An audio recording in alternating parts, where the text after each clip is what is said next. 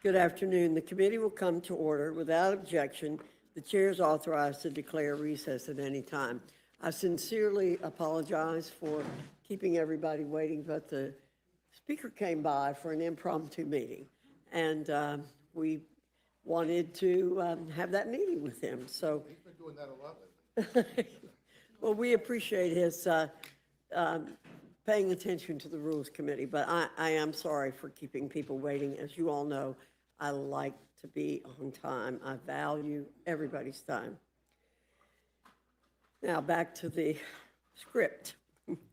Today, the Rules Committee is convening to consider 5 separate measures: the Senate amendments to H.R. 7148, H.J. Res. 142, H.R. 4090, and House Reports 119, 468, and 119, 469. 2 reports accompanying resolutions recommending that the House find former President Bill Clinton and former Secretary of State Hillary Clinton in contempt of Congress.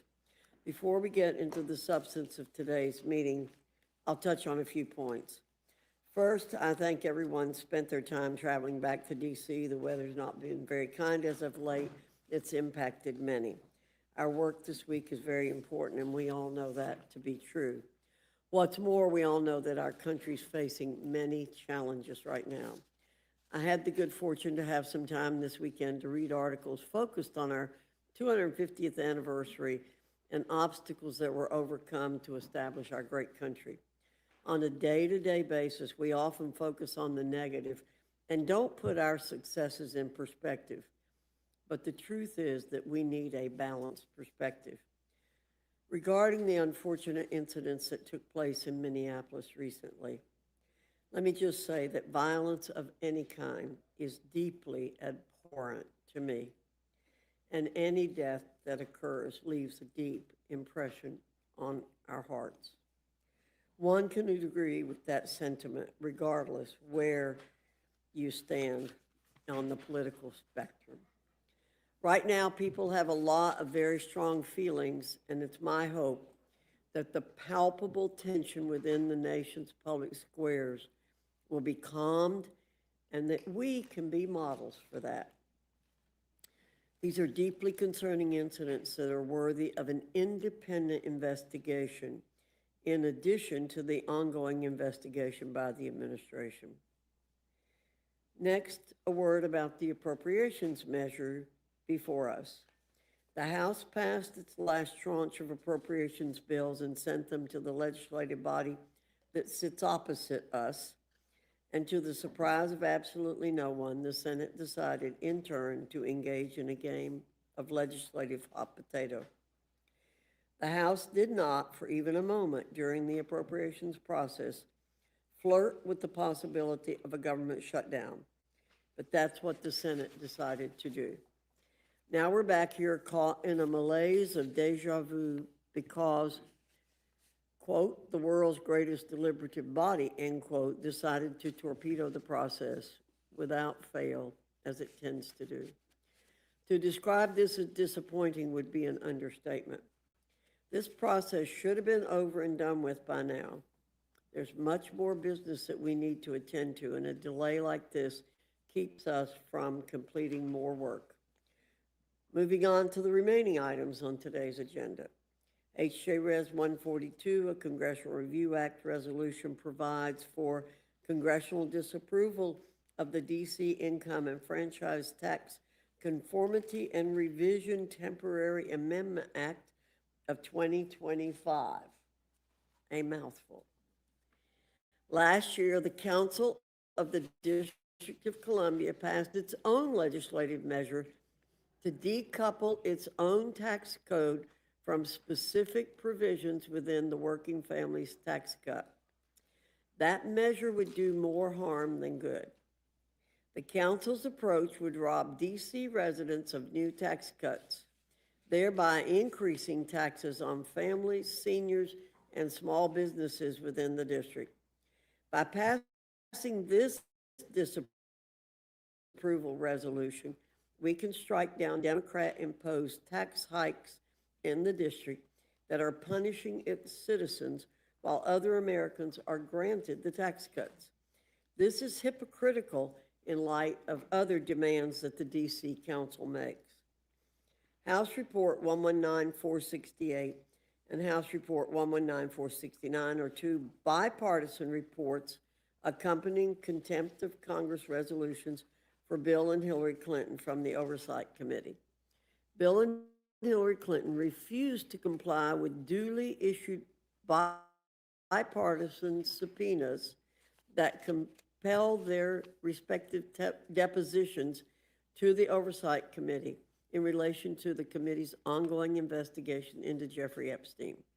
They've impeded Congress's investigations and failed to comply with duly issued subpoenas, subpoenas which were voted for unanimously in one of the oversight subcommittees. As Chairman Comer said previously, we're proceeding with these contempt resolutions to demonstrate to the American people that justice is applied equally to everyone, regardless of position, pedigree, or presumed prestige. Finally, we turn to H.R. 4090, the Critical Mineral Dominance Act, legislation that would codify provisions of certain executive orders relating to domestic mining and hard rock mineral resources. H.R. 4090 would require the Department of the Interior, in consultation with the Department of Agriculture, to identify priority mining projects on federal lands that can be immediately approved and take all necessary and appropriate steps to expedite these projects. Further, it targets legal and regulatory bottlenecks that impede domestic mining by directing the Department of the Interior to oversee a series of actions related to reviewing such roadblocks on the state and local levels, as well as recommending changes to current law to streamline domestic mining. We have another busy day here at the Rules Committee, and as always, I look forward to the spirited discussions that we'll have. With that, I now yield to the ranking member, Mr. McGovern, for any comments he wishes to make. Well, thank you, Madam Chair. And we have a lot of bills that are going to be put into one rule, so my opening might be just a little bit longer than normal. But before I begin today, this is our first meeting since two federal officers shot and killed an American citizen, a VA ICU nurse, Alex Preddy. Alex was exercising his First Amendment right by filming federal agents on a public street. He was also exercising his Second Amendment right as a law-abiding gun owner in legal possession of his firearm. And for the outrageous crime of helping a woman get off the ground after she had been pushed over, he was punished with death, shot and killed by his own government. Now, I'd like to ask for a moment of silence for him and the other victims of government violence in Minneapolis, including Renee Good, who was also shot and killed a few weeks ago. Without objection. Madam Chair, let me first address the government funding package, which was added to our agenda over the weekend.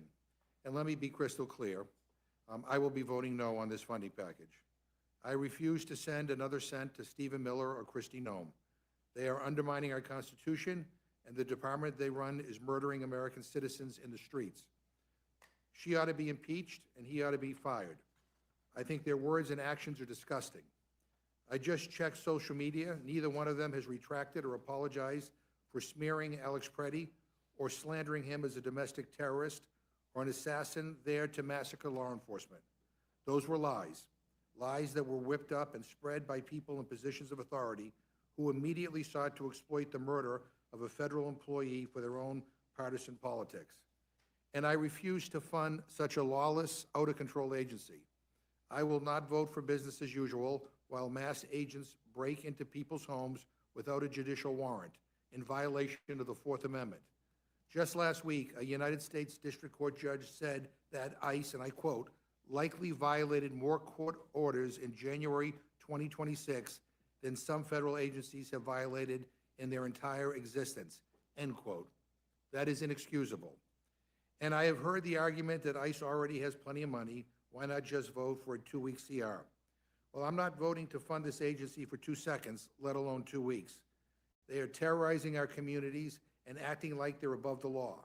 That is my red line, and I think it should be the red line for all of us.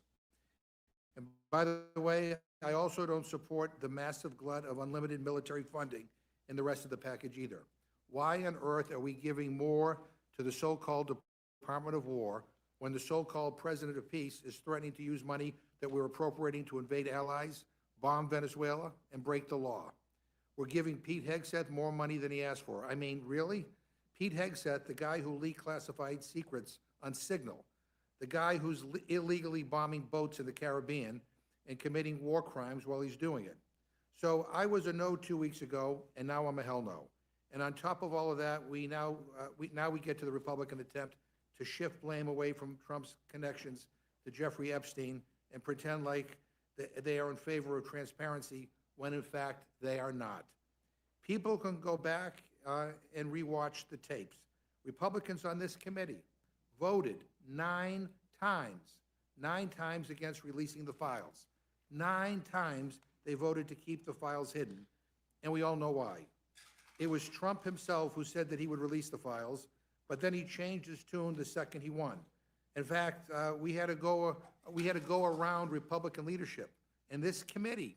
We had to go around this committee in Congress just to get a vote on a bill that he reluctantly signed into law. Now, none of that is a surprise, because according to our president, Epstein was, quote, a terrific guy and a lot of fun to be around. Trump said it was because Epstein liked women on the younger side. I mean, and Jeffrey Epstein loved him back. I was Donald Trump's closest friend. That's what he said. He let his closest friend fly on his private jet at least 8 times that we know of. We also know the spa at Mar-a-Lago sent teenage girls to Epstein's mansion for house calls. And we know, because Donald Trump confessed to us, that Epstein stole a 16-year-old girl from Mar-a-Lago and then trafficked her to a succession of perverted, disgusting old men who sexually abused her. Epstein wrote in an email, and I quote, "Trump knew of it and came to my house many times during that period," end of quote. Wow. I mean, let that sink in. And it wasn't just Donald Trump. His Commerce Secretary, Howard Lutnick, went to Epstein's Rape Island. His former top advisor, Elon Musk, tried to go to Rape Island. And his top confidant, Steve Bannon, planned to go to the Rape Island. And when Jeffrey Epstein died in jail under what most Americans think were mysterious circumstances, guess who was president? Donald Trump. And of course, let's not forget about Ghislaine Maxwell, Epstein's accomplice, who Trump moved from a maximum security cell to a country club prison where she gets to take yoga classes and relax outside all day. I mean, for the record, she's serving 20 years for helping Epstein molest and rape children. Trump said in an interview about Maxwell, quote, "I wish her well. I wish her well." So I get it. This administration is collapsing under the weight of their ever-expanding ties to a global child rape ring. And rather than do the right thing, Republicans are trying to change the subject. But please, please do not insult America's intelligence by trying to make this conversation about the Clintons. First of all, the Clintons have publicly called for the government to release all the Epstein files, unlike Donald Trump, who said he would release them all, but then he backtracked. There's millions more documents that have still not been released. And if the logic here is that anyone with ties to Epstein should answer questions about what they knew, I'm all for it. The Clintons want to cooperate. They sent written declarations of what they knew, and they were negotiating to testify under oath. When will President Trump testify? His name appears 5,361 times in the documents released so far. 5,361 times. Democrats want answers from everyone, including and up to the current president of the United States. And that seems to be the biggest difference between you guys and us. We weren't afraid of where these files lead. You are. And if you're afraid of where the files lead, you're not standing with the survivors. You're defending the pedophiles.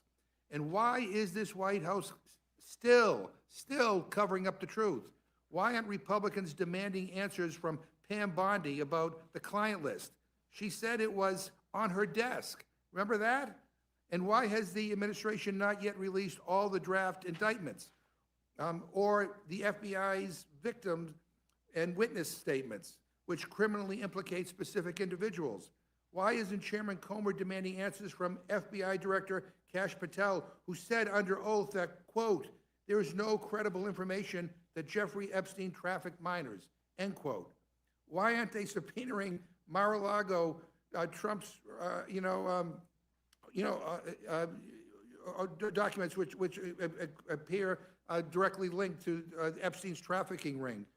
And why, after over a year of broken promises, and after a federal law required that all files be posted a month ago, why are we still waiting? If they have nothing to hide, if everything is on the up and up, why is this administration acting guilty? Why are they exposing the names of victims, which they are specifically not allowed to do so, instead of the names of the men who raped and abused them? Here's what their attorney said in response to the latest release, and I quote, "There is no conceivable degree of institutional incompetence sufficient to explain the scale, consistency, and persistence of the failures that occurred." Madam Chair, we should listen to the victims, and here's what the victims say, and I quote, "Once again, survivors are having their names and identifying information exposed, while the men who abused us remained hidden and protected." The victims go on to say, and I quote, "The public still does not have the full truth about who enabled Epstein, who participated in his exploitation, and who has been shielded for years. It is time to demand transparency and accountability from anyone who is involved in or has knowledge of Jeffrey Epstein's crimes, no matter their political party, up to and including the current president of the United States, who is in these files up to his eyeballs." And Madam Chair, we are also considering today another crummy bill to try to strip the District of Columbia of even more autonomy. And let me just say, I am tired of the constant attacks on the residents of the District of Columbia. They pay taxes, their sons and daughters serve in our military, and they don't have a vote in this Congress. It is shameful. And on top of all of that, this Republican-led Congress tries to micromanage their budgets and their lives. It is wrong. And we're also going to be debating a bill that helps mining CEOs rewrite the very environmental regulations which help constrain their actions. More giveaways to polluters while Republicans do nothing to lower prices. I'm voting no on all of these things. And with that, Madam Chair, I yield back. Thank you, Mr. McGovern. Without objection, any prepared statements that our witnesses may have will be included in the record. I now welcome our first panel, Chairman Cole, former chairman of this committee, and Ranking Member DeLaura from the Committee on Appropriations. Your full statement will be submitted for the record, and we ask that you summarize your statement in 5 minutes. Chairman Cole, I welcome your testimony. Thank you very much, Madam Chair. Chairwoman Fox, Ranking Member McGovern, members of the Rules Committee, I appreciate the opportunity to testify today. While the moment certainly feels familiar, the issues before us remain critically important. Let me start with a simple reminder. Legislating is challenging by design. The path here may have been different than expected, but our responsibility is the same, to fund the government and keep it working for the nation. Members are already acquainted with the legislation at hand. The underlying package was assembled and passed by the House 2 weeks ago and represents the final 6 FY26 appropriations measures. It has now been sent back with a Senate amendment that fully funds 5 divisions for the year and places the remaining division, the Department of Homeland Security, under a 2-week continuing resolution.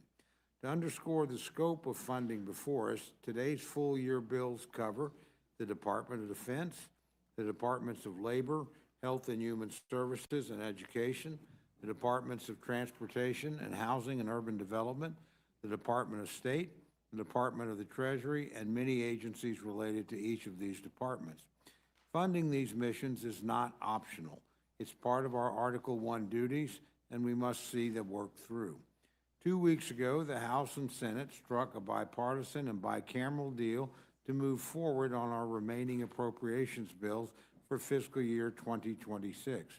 As I knew we would, the House acted expeditiously and appropriately and approved these negotiated bills before leaving for our scheduled district work period. Now, however, the Senate has altered the deal.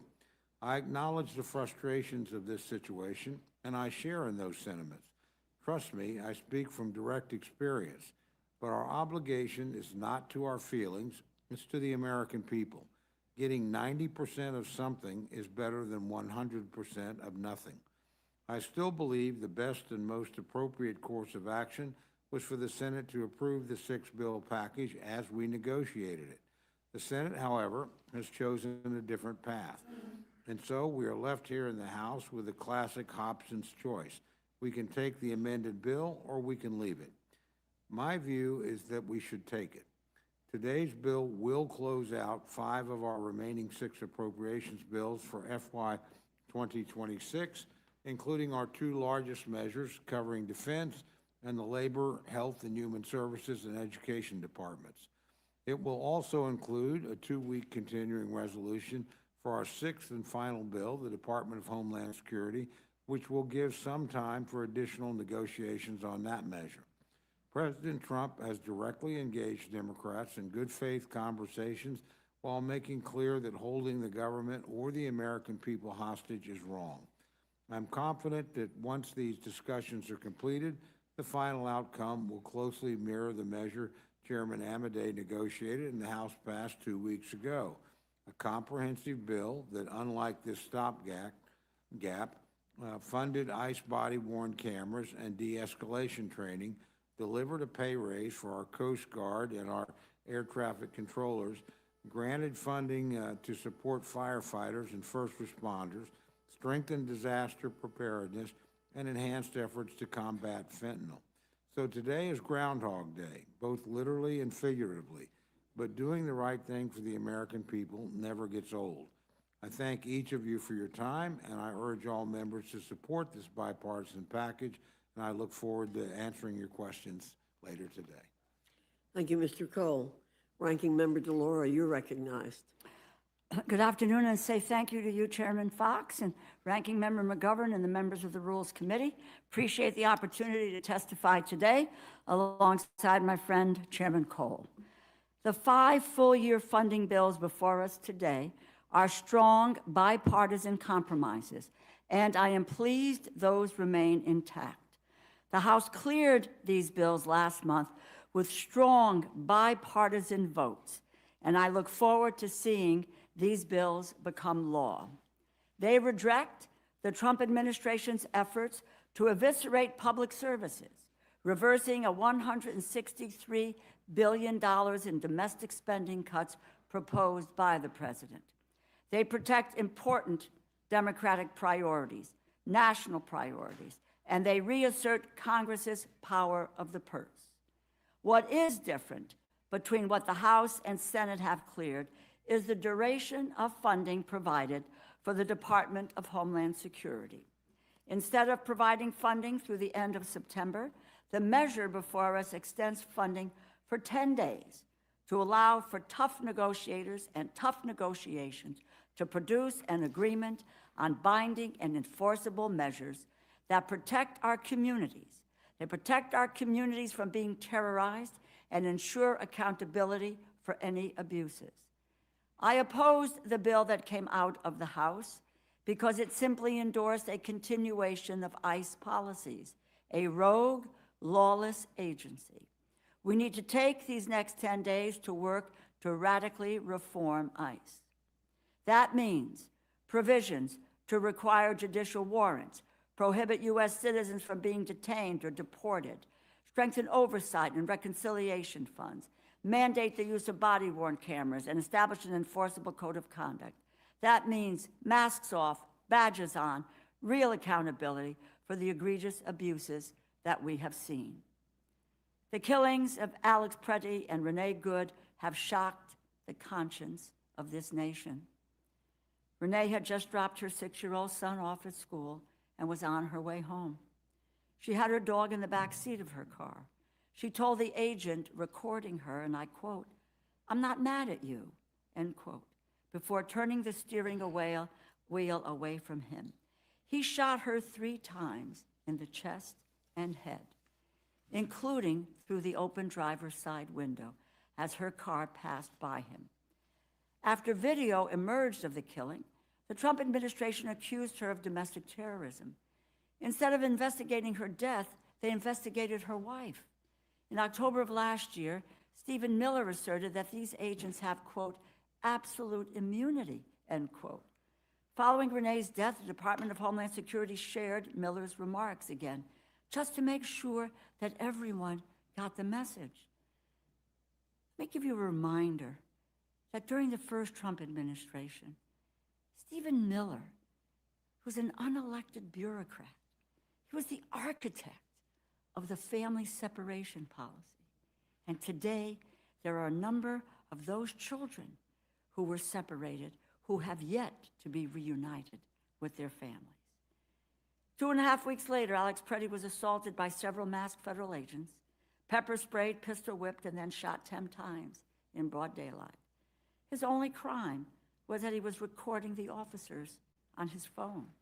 Video circulating after the killing showed an officer clapping and cheering excitedly as Preddy was shot dead. He was not there to hurt anyone. He was helping a woman who had been thrown to the pavement, unprovoked, by the same agents who would murder him moments later. The Trump administration proclaimed that he too was a domestic terrorist, that he was an assassin, that he intended to gun down federal officers. None of those smears contain an ounce of truth. He was not a terrorist. He was a nurse at a VA hospital who was trying to protect his community from unlawful abuses by Customs and Border Protection. He had no criminal record. He has not been charged with any crime. After sustained public outcry, the Department of Justice announced the Civil Rights Division has opened an investigation into his killing. This has to stop. There must be accountability, not only for those officers who killed Alex Preddy and Renee Good, but for all those who have been beaten, harassed, intimidated, and unlawfully detained law-abiding citizens and residents who were simply going about their lives when the agents crossed their path. I will support this package, which secures funding for the 5 bipartisan bills which fund the Department of Defense, Transportation, Housing, and Urban Development, Health and Human Services, Labor and Education, State and Treasury for the rest of this fiscal year, which extends funding at current levels for DHS for 10 days. What does that do? That gives us time, and it gives us leverage to secure the protections that we need for our communities, for if we do not do that, we will not be able to bring the kinds of pressure that is necessary to make sure that ICE does not continue to terrorize our communities. The American people are demanding these protections. Thank you for your time, and I look forward to answering your questions. Thank you very much, Ms. DeLauro. I'm going to defer my questions until later. Ms. Fishbach is recognized. Thank you, Madam Chair. And I appreciate you both being here. And I think, Mr. Cole, you said it felt like deja vu. But very quickly, I think you mentioned in your opening statement that there was an agreement. This was all agreed, because when we left, it was our understanding, we voted, we passed it out. My understanding that the Senate was all set up and it was going to be done. That's, your statement's correct. There was an agreement with the Senate. The bills had been negotiated in a bipartisan fashion. We tried to work closely with our Democratic colleagues, both the House and the Senate, to send it to them in the manner in which they requested. My friend, the ranking member, requested one thing, wanted a separate vote on that bill. We worked hard to secure that vote, and you were kind enough on this committee to give us that opportunity. And then, look, I've been arguing all along, we should have been doing this earlier in smaller packages. I just think that's a better way to proceed. But the Senate wanted 6 in one bill, and so they got what they asked for. And then they decided the situation, and I'm not going to speak for them, but obviously what happened in Minnesota impacted the deliberations of the Senate, and they changed the deals. That wasn't done in consultation. They basically broke one out. That was a direct negotiation, as I understand it, between the president and the minority leader in the United States Senate. Procedurally, that requires us then to look at the packages again. But there's no substantive disagreement on the 5 bills that we've negotiated in either chamber. I mean, they've passed the Senate, and if we take them up on the floor and pass them here, those will become law. As my friend, the ranking member, said, the remaining one is a 2-week extension, so other negotiations can occur, and I would assume at that point they'll either come to a conclusion or not, and we'll be dealing with that bill again. But what we won't do is derail the rest of the government. 94% of the government will be funded. Our military will be paid. Borders will be secure. Important, research programs and programs that support our most vulnerable will happen. We don't have disagreement there, or the disagreements we have been resolved through negotiation. So putting those things through, I think, is the right thing to do. Working on the area that is still a matter of contention is probably the appropriate thing to do as well. Again, I would have preferred all 6 be accepted as negotiated. This is the second time the Senate has done this. We had a negotiation last year. They asked for a clean CR, which they got. They asked for a short-term CR, which they got. And then they introduced extraneous matters, which were health care, Obamacare era subsidies, and undoing Medicaid reforms that Congress had enacted into law and the President signed earlier last year. So, it's pretty hard dealing with the United States Senate because when you've got an agreement, they don't feel bound by the agreement that they had. So again, we're sort of used to this, but I would rather preserve the really 94% of funding where we have agreed, get that taken care of. That shouldn't be subject to this debate or this controversy, and then move on. There's clearly negotiations at the highest level going on the Department of Homeland Security right now. There have been a number of moves by both parties, by the President, by the Senate to continue this discussion. So obviously we would deal with that at that point. But I don't think we should miss the opportunity of passing into law things we agree on to keep the government shut down. I mean, literally, if we don't act on this, we're going to be back at the point where people that keep our skies safe aren't getting paid, where promised pay raises to air traffic controllers and the Coast Guard don't happen, where we don't have money in reserve for a natural disaster. We have one undergoing right now, where our men and women that protect us overseas wonder whether or not they're going to get paid or their families here are going to be safe. So let's solve the range of problems where we have very substantial bipartisan agreement and negotiation, and then work on this remaining problem. And Mr. Cole, I agree with you, and I'm hoping that a majority of the folks, when these get to the floor, do agree with you, because you're absolutely right. We need to keep the 94% open, and I'm just sorely disappointed that, I mean, when we left, and the Senate was supposed to come in, that the agreement that was struck was not honored, and it's deeply disappointing, because I know that everybody worked very hard, and we took the votes to make sure that would happen. So it's unfortunate, but I do think, that at this point, you're right. We need to keep the 94% open and let that bit that's being held hostage, essentially, until they get their way, that we've got the 2 weeks to deal with it. But in the meantime, let's get the other done. Did you want to say something? You looked like at one point you were going to say something. No. Okay. All right. Well, then I yield back, Madam Chair. Thank you, Ms. Fishbuck. Mr. McGovern, you're recognized. Yeah, well, I don't really want to spend a lot of time on the substance of the bills before us, because I said a lot in my opening statement, but surely you understand why there's so much controversy over all of this. I mean, we have 2 Americans that are dead, shot right before our very eyes, and you had the Secretary of Homeland Security, you had Stephen Miller, and you had Greg Bovino just lie about it, just lie. And so there's a problem here in terms of trust. I mean, I don't trust them at all. And I don't trust this administration. I mean, even in the last few days, the president has been all over the map on responding to the tragedies. I don't trust them to tell me the correct time, never mind to negotiate in good faith on guardrails on ice. So, I mean, that's where the angst is. That's where a lot of the concern from the American people is coming from, is that they're seeing one thing with their own eyes and being told something very different by this administration. And there's, you know, and I guess they can't bring themselves to say they were wrong or that they apologize. And it is chilling. I'm just telling you, it is.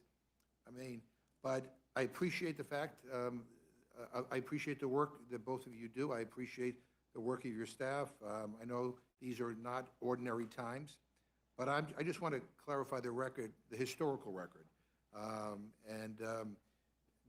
Because since you both testified on the funding bills a few weeks ago, I've been reading some of the press coming out of from some of my friends on the other side of the aisle, some of the press releases and the tweets from Republicans saying that regular order has finally been restored for the first time in decades.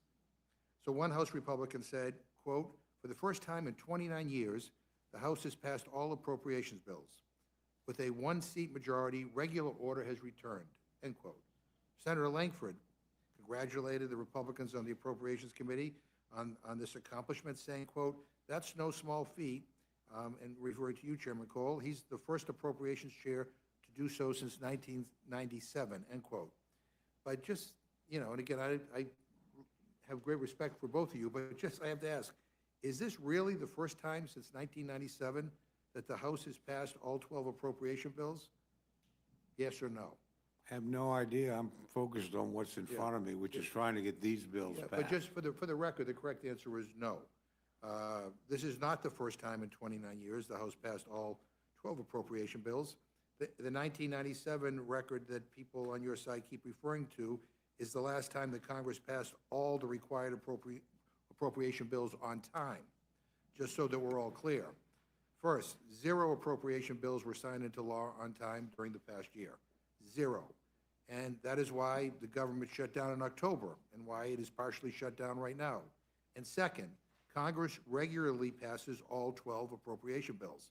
It had done so every year for over a decade. That is until last year. We operated under a year-long continuing resolution for the entirety of fiscal year 2025. Let me put that in context. From October 2024 into November 2025, for 13 months, this Republican majority failed to get a single appropriation bill signed into law. In fact, we've continued to operate under a partial CR until we partially shut down over the weekend. This funding cycle, fiscal year 2026, stands out in 2 notable ways. The first way, speaking of setting records, is that for the first time in 30 years, there have been 2 shutdowns in a single funding cycle. 2 shutdowns. Secondly, members have been notably cut out of the amendment process here at the Rules Committee for fiscal year 2026. Only 3 out of the 12 appropriation bills this fiscal year received a call for amendments. Chairman Cole, when you were the Rules Chair during the FY24 cycle, you issued a call for amendments on 11 of the 12 appropriation bills. And during the FY24 cycle, nearly 3 times more appropriation amendments advanced to the House floor than in this cycle. So Republicans may be out here claiming victory on non-existent records, but I think it's important that we understand that this whole process, you know, is abysmal. And I bring this up because truth matters and the facts are the facts. I get it. The administration kind of sets a standard where they can just say whatever the hell they want to say, whether it's based on truth or fact or not. But I think here in this institution, it is important that we not exaggerate or not make things up. And the facts are the facts. And so I say this for the historical record, Madam Chair. And again, I appreciate my colleagues being here, and I yield back. Thank you. Thank you, Mr. McGovern. Mr. Roy, you are recognized. I thank the chair. Mr. Cole, is it true that the bill in front of us, that is the package of 5 of the appropriations bills plus the 14-day CR for Homeland, is appropriating at a level that is less than our current level of funding. As a Correct. general If you look at all 12 bills, yes. Right, so it would yield a result in total, pending the resolution of the full year's Homeland bill, that would be a reduction in spending year over year, putting aside some of the math quirks and how we do accounting, but year over year from 25 to 26. That's correct, and just for the record, the Homeland bill that this body passed, that the House passed, actually reduced Homeland spending by $600 million. A CR actually restores that since we're continuing the status quo. So, but your point's correct, yeah, this is the second year in a row that we've effectively spent less money than was projected at the beginning of the year, less money than we did the year before. Is it also true that we have, again, in general terms, not getting to the dollar to the penny, over the last 3 fiscal years, had spending, discretionary spending, stay relatively flat That's correct. for 3 consecutive fiscal years? That's correct. Is that a normal occurrence in this town? No, normally discretionary spending goes up by 3 to 5% a year, sometimes more. And over a 10-year budget window, that's a lot of money. I mean, literally, the savings the last couple of years probably amount to something like $500 billion over a 10-year by just simply holding the line. You let revenue catch up with expenditures. So, yeah, there's no question fiscally this helps correct the course. But again, and you and I have had this discussion often, the main drivers there are the mandatory spending, entitlement spending, whatever you want to use. That's 70+% of the federal budget. Our appropriated money is only about 26% or so of all federal spending. And actually, the Appropriations Committee historically has done a pretty good job of keeping the numbers intact, and an exceptionally good job over the last 3 years. And is it not also true, without getting too much in the weeds, because this is about discretionary spending, that last summer we obviously passed the big beautiful bill, as it's come to be known, that had a significant amount of reforms with respect to mandatory spending? It's a general matter, correct? Absolutely true. My point, generally speaking, here is whatever agreements, disagreements we have, that we have moved the needle, maybe not as far as I would do if I was just the sole decider, maybe farther than some people would choose, but we have moved the needle with respect to the overall spend That's correct. of our government. That's correct. So the other point that I make, and I'll be mindful of the time that we use here, that I think merits observation, is we're going to have a debate, obviously, over the next 2 weeks when the Homeland bill expires. But I do want to remind people of the extent to which the men and women in ICE, Americans, people of all backgrounds, all economic backgrounds, they have been keeping dangerous individuals off of the streets of the United States. Yes, in my view, that's correct. And we just gloss over the people when you look at the people removed. For example, an individual here with convictions for homicide and robbery, admitted gang member that was removed from the streets of Minnesota, an individual that was involved with rape, an individual that was involved with assault, forgery, and obstruction, and arrest for drug possession, an individual that was involved with sexual assault and driving under the influence, an individual who is a convicted sex offender and convicted of sodomy on a 12-year-old girl, an individual with multiple arrests for driving under influence, larceny, assault, and making terrorist threats, an individual with aggravated assault with a weapon, larceny, assault, possession of cocaine, and robbery with a gun, an individual with possessions of a weapon and aggravated assault with a gun, an Asian gang member, Asian boys gang member, an individual with fraud, identity theft, and driving under the influence, an individual with driving under influence, aggravated assault, and weapon assault, and possession of amphetamine. And I could go on and on and on. There's other individuals, multiple counts of credit card fraud, drug possession, controlled substance possession, and drug trafficking, 3 prior convictions for selling amphetamines, as well as convictions for assault, previously arrested for child cruelty and battery. These are individuals, and I'm only touching just the tip of the iceberg of the individuals that these men and women have been engaged in removing from the streets of the United States as a direct consequence of the policies of the previous administration with wide open borders, putting individuals onto our streets and endangering the people that we represent. So right now what we have in front of us is a bill that will only fund Homeland. It will only fund the men and women that are doing that for 14 days. Now, we'll have a debate over the next 14 days about that, but I want to remind people why there are some people who are frustrated that we worked together on a bipartisan basis to produce legislation that funded all of government, and we passed that out last week, and that would carry forth what needs to be done to be able to secure the homeland of the United States, fund our men and women in uniform in the Department of War, fund the other priorities of government at flat spending. And now we're getting this back, and we're going to reduce homeland spending for 2 weeks. To be clear, I'm going to be fighting like hell to ensure that we've got the resources necessary for the men and women of Border Patrol, ICE, and the other people at Homeland Security to secure this nation against violent criminals that are endangering the people of the United States. That is an absolute hard line in the sand. And we will have that battle over the next 2 weeks. Glad to have it. And we can have the battle over the SAVE Act because, yes, only citizens should vote. And we can have the battle over voter ID because of, yes, you should have voter identification to vote. These are common sense, 80% plus issues that poll highly on a bipartisan basis. So we will have those debates.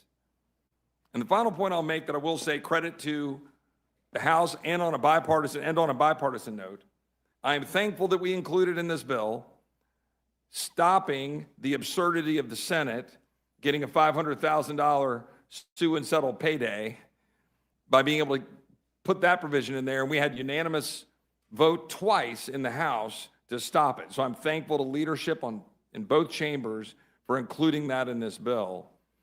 And with that, I'll yield back to the chair. Thank you very much, Mr. Roy. Ms. Scanlon, you're recognized.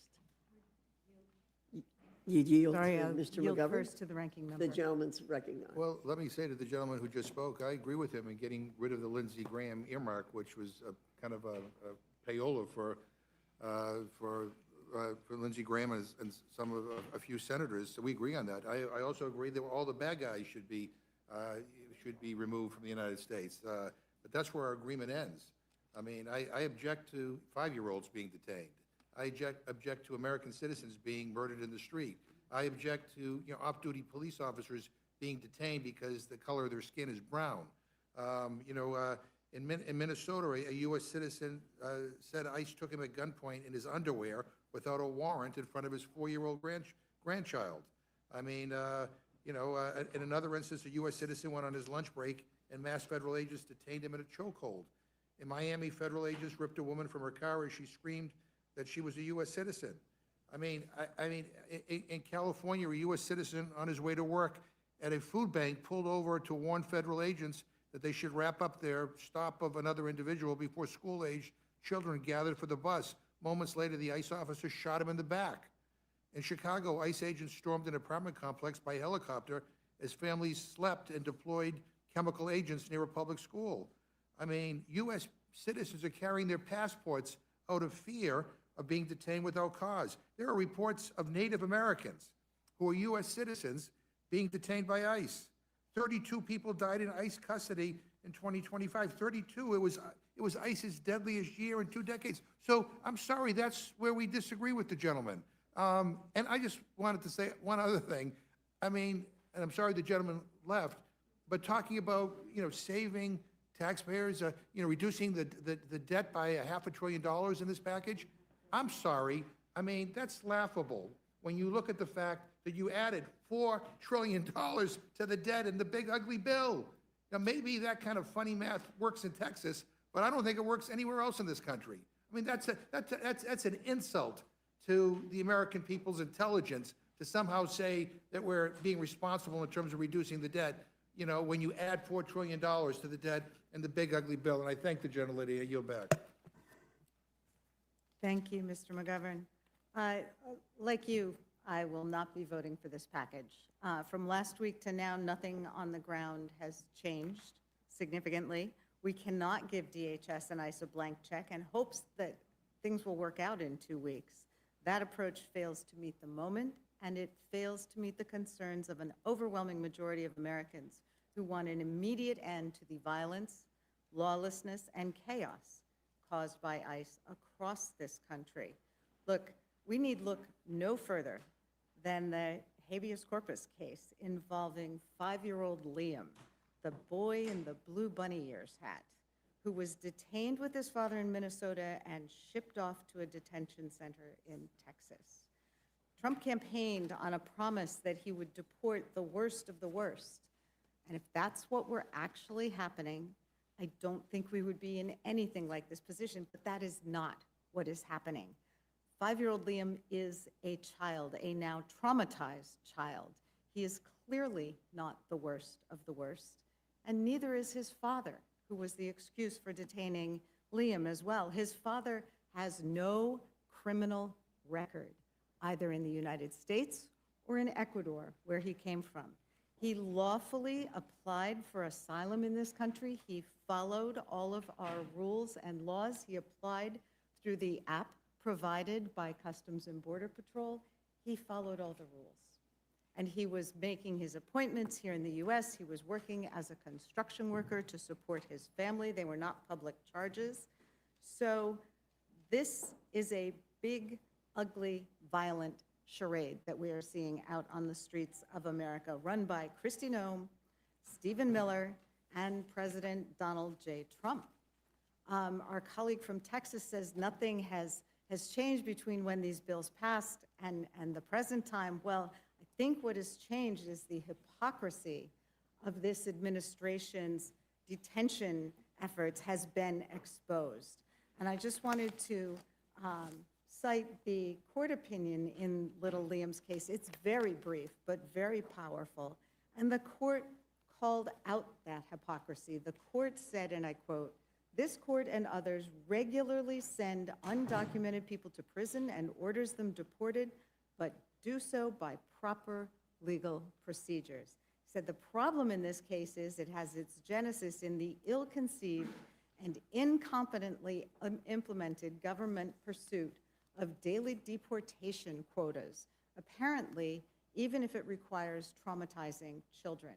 And Madam Chairwoman, I would ask that I seek unanimous consent to introduce into the record the 3-page opinion from the Texas District Without Court. objection, Ms. Scanlon, thank you. Thank you. Look, even after the shooting deaths and even after exposing what happened to little Liam, whose family did not commit any crimes, ICE is still in Minneapolis. Trump is threatening to send ICE to more cities. On Saturday, ICE agents tear gassed and pepper sprayed peaceful labor union marchers in Oregon. ICE agents are still abusing citizens and non-citizens alike.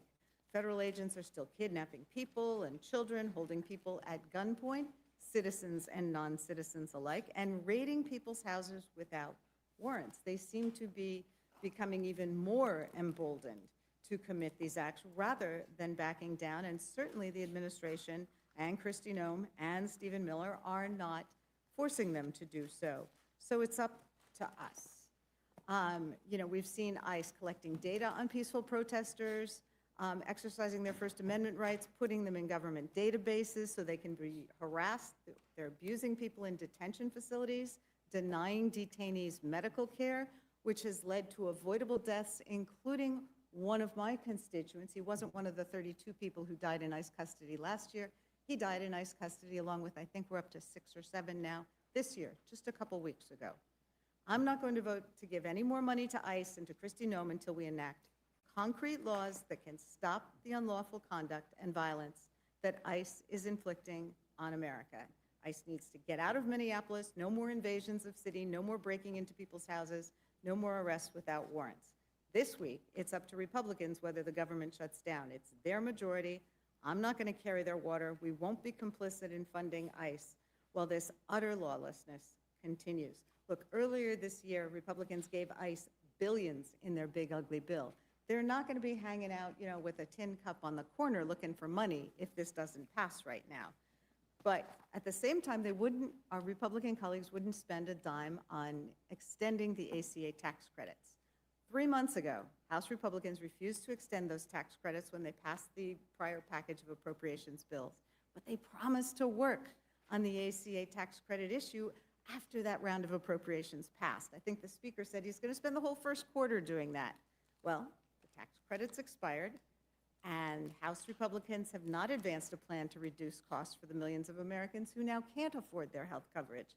On Wednesday, just this past Wednesday, I met with the folks who manage enrollment for Pennsylvania's ACA marketplace, and I heard how many people have lost coverage because of Congress's failure to extend the tax credits. I met with a small business owner whose premiums for his family, including 4 kids, have increased from $1,900 to $3,000 a month. They're paying $36,000 a year for health insurance, a $12,000 increase. Small businesses can't absorb that. It's insane. He doesn't think he can afford to keep his coverage, and he's considering dropping it. But House and Senate Republicans don't care. They're not taking up the bill that we did force through the House. So pardon me if I don't trust a deal with ICE and DHS abuses being addressed if we just push these spending bills through, when they still haven't dealt with the ACA tax credit system, which they promised to do after the last push. It's a little bit like Lucy and Charlie Brown. I'm not seeing the football get pulled aside again. Look, they're rushing through these spending bills. They're refusing to end the government-funded violence in our streets, all the while letting working Americans drown in rising healthcare costs. What does it say about this Congress that it would rather give masked, armed agents billions of dollars while denying healthcare to working people? We are better than this. I sincerely hope we can find a path forward for the spending bills this week, but until then, I oppose this package. Thank you. Thank you, Ms. Scanlon. Mr. Scott, you're recognized. Thank you, Madam Chair. Mr. Cole, I know the Democrats want to focus on immigration and customs enforcement, but this is the whole Department of Homeland Security appropriation. Is that correct? That's correct. And so I know that there was an unfortunate accident off of Massachusetts. U.S. Coast Guard performed the search and rescue mission. Unfortunately, they did not find any survivors. That was just a couple of days ago. I think a week ago, the U.S. Coast Guard icebreaker had to go help a cruise ship that was stranded in the ice. Is that correct? I don't know those two incidents. Okay, well, but that would be it is correct. Pretty normal, I'm sure it is. It is correct. But my point is this: Department of Homeland Security is much bigger than immigration and customs enforcement. It's absolutely correct. I mean, they're forcing a continuing resolution on the United States Coast Guard. I mean, that's what they're doing. It's Customs and Border Protection is bigger than ICE. I mean, we know that Democrats want open borders. That's what they had under the Biden administration. They allowed, millions upon millions of people into this country illegally. We have no idea who is in this country. But aside from immigration and customs enforcement, you've got Customs and Border Protection, which is Border Patrol. You've got the Transportation Security Administration, who does a tremendous number of things. Most people know them as the ones that run security at the airports. Is that a fair statement? That's correct. Okay. I've already mentioned the U.S. Coast Guard. You've got the Secret Service that's also under Department of Homeland Security. You've got what's known as CISA, the Critical, Cybersecurity and Infrastructure Security Agency. You've got FEMA, which is also under Department of Homeland Security. Is that correct? That's correct. Citizenship and Immigration, which is not ICE, but does deal with citizenship and immigration. And then you've got the Federal Law Enforcement Training Centers. All of these are under Department of Homeland Security, correct? Correct. And when you do the continuing resolution, what does it do to those agencies as well? Does the continuing resolution impact the U.S. Coast Guard? It certainly does. I mean, the bottom line is this is a ridiculous demand from the Democratic Party that we have a continuing resolution for the Department of Homeland Security. The only thing this is better than is a shutdown, but we're going to be right back here in 2 weeks And I'm sorry that two people were shot and killed. I really am. I wish it hadn't happened. It's not lost on me that they happen not just in the same state, but the exact same city. And my understanding right now is that ICE is carrying out operations around the country. ICE isn't just operating in Minneapolis, are they, Mr. Cole? That's correct. But the difference is, in other states, even if they are a Democratic-run state and a Democratic-run city, those mayors and those governors are allowing the local law enforcement agencies to do their job. And in Minneapolis and in Minnesota, my understanding is that those local law enforcement agencies have been given orders not to do their job. And while I'm sorry that the gentleman is deceased, the fact of the matter is he should have been arrested and put in jail when he kicked out the taillight of the vehicle that the officers were in. And the Democrats don't want to talk about that. And so I intend to vote for the legislation, Mr. Cole. I think that those of us who want this country to move forward and our economy to move forward will continue to vote yes. My understanding is, and I think this is actually a good thing, that the Homeland Security bill that passed the House of Representatives actually had de-escalation training for immigration and custom enforcement. Is that correct? That's correct. And by doing what the Democrats have done, they have stopped the de-escalation training for immigration and custom enforcement. Is that correct? Correct. I think that the de-escalation training is important, and I wish they had not stopped it. I wish that the de-escalation training was there. I hope it'll be in the next piece of legislation that we have, as it was the last. And with that, Mr. Cole, I just want the American citizens to know that DHS is much bigger than immigration and customs enforcement, and they are able to operate effectively, more effectively in other states because they have not been given orders by a radical mayor and a radical governor. The local law enforcement and state law enforcement have not been given orders by a radical governor and a radical mayor not to help from the standpoint of what local law enforcement is supposed to do. And with that, Mr. Chair, I yield. Gentleman yields back now. Recognize the gentleman from Colorado, Mr. Neguse, for his time of questioning. I think the chairman, Chairman Cole, I presume you agree with what the gentleman from Georgia said. This is a red state, blue state issue. That's your? No, I did not. Oh, you said radical governors versus governors not complying with the law. Hang on, stop. It's not a debate between the two members. I hear you. I'm It's your asking Mr. time. Cole a question. Yeah, I mean, try not to put words into Mr. Scott's mouth, but at the same time, it's not Mr. Scott's time. I thank the chairman. How about we do it this way, Mr. Chairman Cole, I want to read you a quote. Quote, I think the death of Americans, what we're seeing on TV, it's causing deep concerns over federal tactics and accountability. Americans don't like what they're seeing right now. You want to take a guess who might have said that? No. The governor of Oklahoma, someone I suspect you know well, Governor Stitt, said that on TV a few weeks ago. So this notion that this is purely an issue in Democratic states, states with Democratic governors or states with Democratic mayors, clearly across the board, you have heard over the course of the last several weeks an outcry among the vast majority of Americans who I think are deeply offended at what they see ICE doing in Minneapolis and beyond. Now, with respect to the gentleman from Georgia, because he talked a lot about the various different sub-agencies within the Department of Homeland Security, I will say he expressed more support for some of these sub-agencies within the department than the Secretary of the Department of Homeland Security. I mean, this sort of is, refrain about FEMA. Secretary Noem has talked about abolishing FEMA. Now we're forced to listen about, from my colleagues, that we must do everything we can to save FEMA from the same people who said nothing when Secretary Noem was discussing abolishing it. Cybersecurity, CISA. The Trump administration has proposed to cut by a third, 1,000 people they're trying to fire at the cybersecurity division.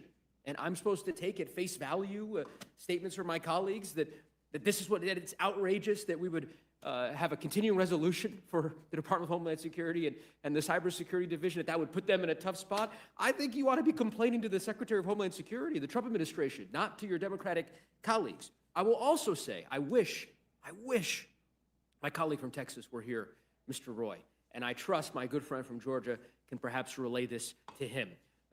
Because to hear him somehow tout this bill as an example, as a paragon of fiscal responsibility, is too much to bear, having listened to him on this committee every week for the better part of the last 3 years. Let me read you from the Cato Institute what they say about this bill. Last week, the proposed $1.7 trillion discretionary budget represents a $24 billion increase compared to fiscal year 2025 levels.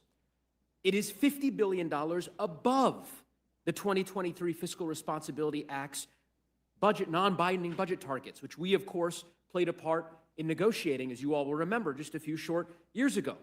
And by the way, this doesn't include the $300 billion that Republicans allocated to the Department of Homeland Security, specifically ICE, and the Defense Department last year in the OBBA. So, you all may have your reasons as to why you think that these bills deserve to be passed.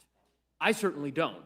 But fiscal responsibility cannot be one of the reasons. Just full stop. The empirical evidence makes that very clear. Fiscal year 2026 will mark the first year since the passage of the Fiscal Responsibility Act of 2023 that Congress will not have statutorily binding spending caps. So spare us talk of fiscal responsibility when this bill ignores that entirely. To say nothing of, by the way, the discussion around earmarks, and this is not meant for the chairman or the ranking member of the Appropriations Committee. It's meant more for my colleague from South Carolina in absentia, who has, again, railed about earmarks every meeting that I've attended, and I guess is prepared to vote on a bill that includes every earmark one could conceive of. $1 million for the elevator repair at New York City's Met Opera. I look forward to understanding how the gentleman from South Carolina, again, talk about paragon of fiscal responsibility, how he justifies that vote for his constituents. In any event, the question that I would like to ask of the chairman and the ranking member relates to, of course, the Department of Homeland Security, because the backstory, of course, with respect to the bill that we're considering today, is in the context of what's happening across the country and the serious objections that you've heard from colleagues on my side of the aisle, myself included, and why I'll be voting against this bill when it comes to the floor tomorrow, if it gets there. Mr. Cole, I wonder, you've heard, I'm sure, from many Democratic colleagues of yours about our belief that Secretary Noem should be impeached. And I wonder if you agree with that, or what you think of impeachment. I'm not going to speculate on something that hasn't happened, no, I don't agree with that, but if you want to have impeachment, go right ahead. You have the ability to offer a motion to that deal, but that's really not what we're here to discuss. We're here to discuss the appropriations process. I hear you, but and funding the rest of the government, most of which is unfunded right now. I mean, right now, we are not paying men and women to defend it. We're not paying the air traffic controllers that brought us all here that flew safely. We're not paying the TSA. We're not funding the government. These other things are important, and I think the Senate, I don't agree with what they did, but they said, okay, let's set aside 2 weeks here and only fund this for 2 weeks. The rest of this stuff is really, honestly, extraordinarily important to the country. Our what objections. this bill does is keep funding that. I hear you. And then leave open this other You area where made a people very have impassioned concerns. case on that, and I think you answered my question. As you heard from the ranking member, as you heard from Ms. Scanlon, and I echo their sentiments, there is a complete lack of trust and a loss of trust with respect to what the Trump administration is doing. There are many of us who will not support the appropriation that, whether it's a continuing resolution or the proposed budget that the House passed last week that we all voted against, and many of us who believe that there must be a change in leadership and that Secretary Noem should be the subject of impeachment proceedings. It sounds like you disagree on that latter point. You don't think she should be I'm here to impeached? talk about appropriations bills, not impeachment. That is not the subject in front of us right here. That's not got anything to do with any of the bills we're working on. Simply trying to fund the government. And, that you know, sounds like to a maybe. drag it- That- Look, if you want to have a theatrical debate. It's not a about theatrical not- debate. Yes, it is, because it doesn't have anything to do with any of this legislation. It has everything to It do with the has Department of Homeland zero. Security's budget. If you want to talk about the Homeland Security budget, I'm happy to talk about the budget. It's not an impeachment issue, it's a budgetary issue. And what's proposed. Is that right? Is a 2-week, yes, it is. Okay, let me explain why I think that view is misplaced. Secretary Noem has unlawfully impounded funds in violation of the Impoundment Control Act, right?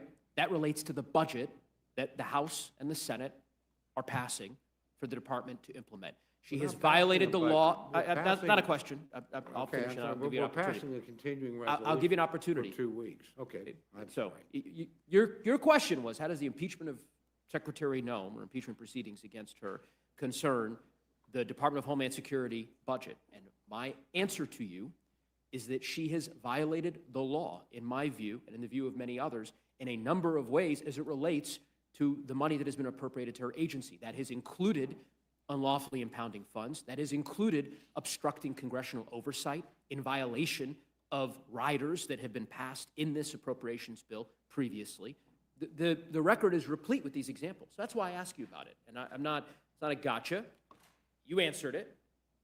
You said you don't agree with it, or you don't think that she should be If impeached. you want to So bring that's an your view. impeachment resolution, by all means, do so. And the reason I ask, as you could probably imagine, is that I didn't hear the same reticence from my Republican colleagues, including you, Mr. Chairman, with all due respect, a year and a half ago, when all of you seemed very, very eager to impeach Secretary Mayorkas.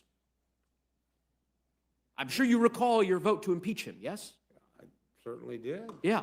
There was a mad rush on your side of the aisle to impeach Secretary Mayorkas. I didn't hear anybody at the time say that that was an inappropriate use of the time within the House or the ability of members to be able to pursue it. And it sounds like, I said it didn't have anything to do with an appropriations bill. That didn't have anything to do with an appropriations bill. That was some measure put in front of me. I voted on it. I don't think you'll find I spoke on it or that it was but comes to the floor of the House, you got an obligation to cast a vote. That's appropriate. All I'm saying is I'm here to talk about appropriations. That's what's in front of us. And it's not the package I would have preferred. It's the package that came over from the United States Senate. I still think passing it is better than not passing it. You and I obviously disagree on that. Fair enough. I appreciate that. Well, I'll certainly agree with you on that last sentiment, which is that you and I disagree on it. There's no, in my view, basis to continue supporting the lawlessness that the agency, ICE in particular, has been perpetrating against the American people in the context of this appropriations bill, and I'll be voting no on that basis. I yield back. Gentleman yields back. Now recognize the gentleman from Georgia, Mr. Jack. Thank you, Mr. Chairman. My question is to Chairman Cole. Building upon what my colleague from Georgia mentioned, I mean, this is not just a vote to fund the Coast Guard, to fund FEMA, to fund TSA. There are also quite a few other measures within this legislation we're seeking to fund. So if you could, in the inverse, explain to the committee and explain to all those watching, a no vote on these Senate amendments to H.R. 7148 equals what? Well, it equals voting no to 94% of funding the government. So, you know, as important as Homeland Security and that agency is, and the discussion is, I'm not diminishing that, is it really appropriate not to pay anybody that wears the uniform of the United States that's defending us right now? I don't think that is. Is it appropriate not to fund research at the NIH on cancer and Alzheimer's or people in clinical trials? I don't think that is. Is it appropriate not to provide services to the American people that those of us that are most vulnerable need? Look, this is a huge swath of federal government. This is like, you know, taking a sledgehammer to try and get a fly. I mean, I'm not saying the fly is not important. I'm saying this is about funding essentially almost the entire government of the United States, which we are not doing now. The Senate has acted, it's now up to the House to act. Is this what I would have proposed? No. Is this what my colleague, the ranking member? No. We disagree on a lot of things. Is this the approach I would have taken to the Department of Homeland? No. But I would rather fund everything. You know, look, there are federal employees in every district in America. They ought to get paid for the work they're doing. They are doing important jobs for the country. Why would we shut down every safety agency? Why would we ask air traffic controllers to keep working without getting paid? Why should we ask scientists that are doing important research? I mean, it is, you know, inappropriate, in my view, not to fund the government. Most of the issues we're talking about, honestly, aren't appropriations issues. You can deal with them in judiciary, you can deal with them in the committees of jurisdiction. Part of the problem the appropriations process has is that everybody tries to put things on it that don't have much to do with it.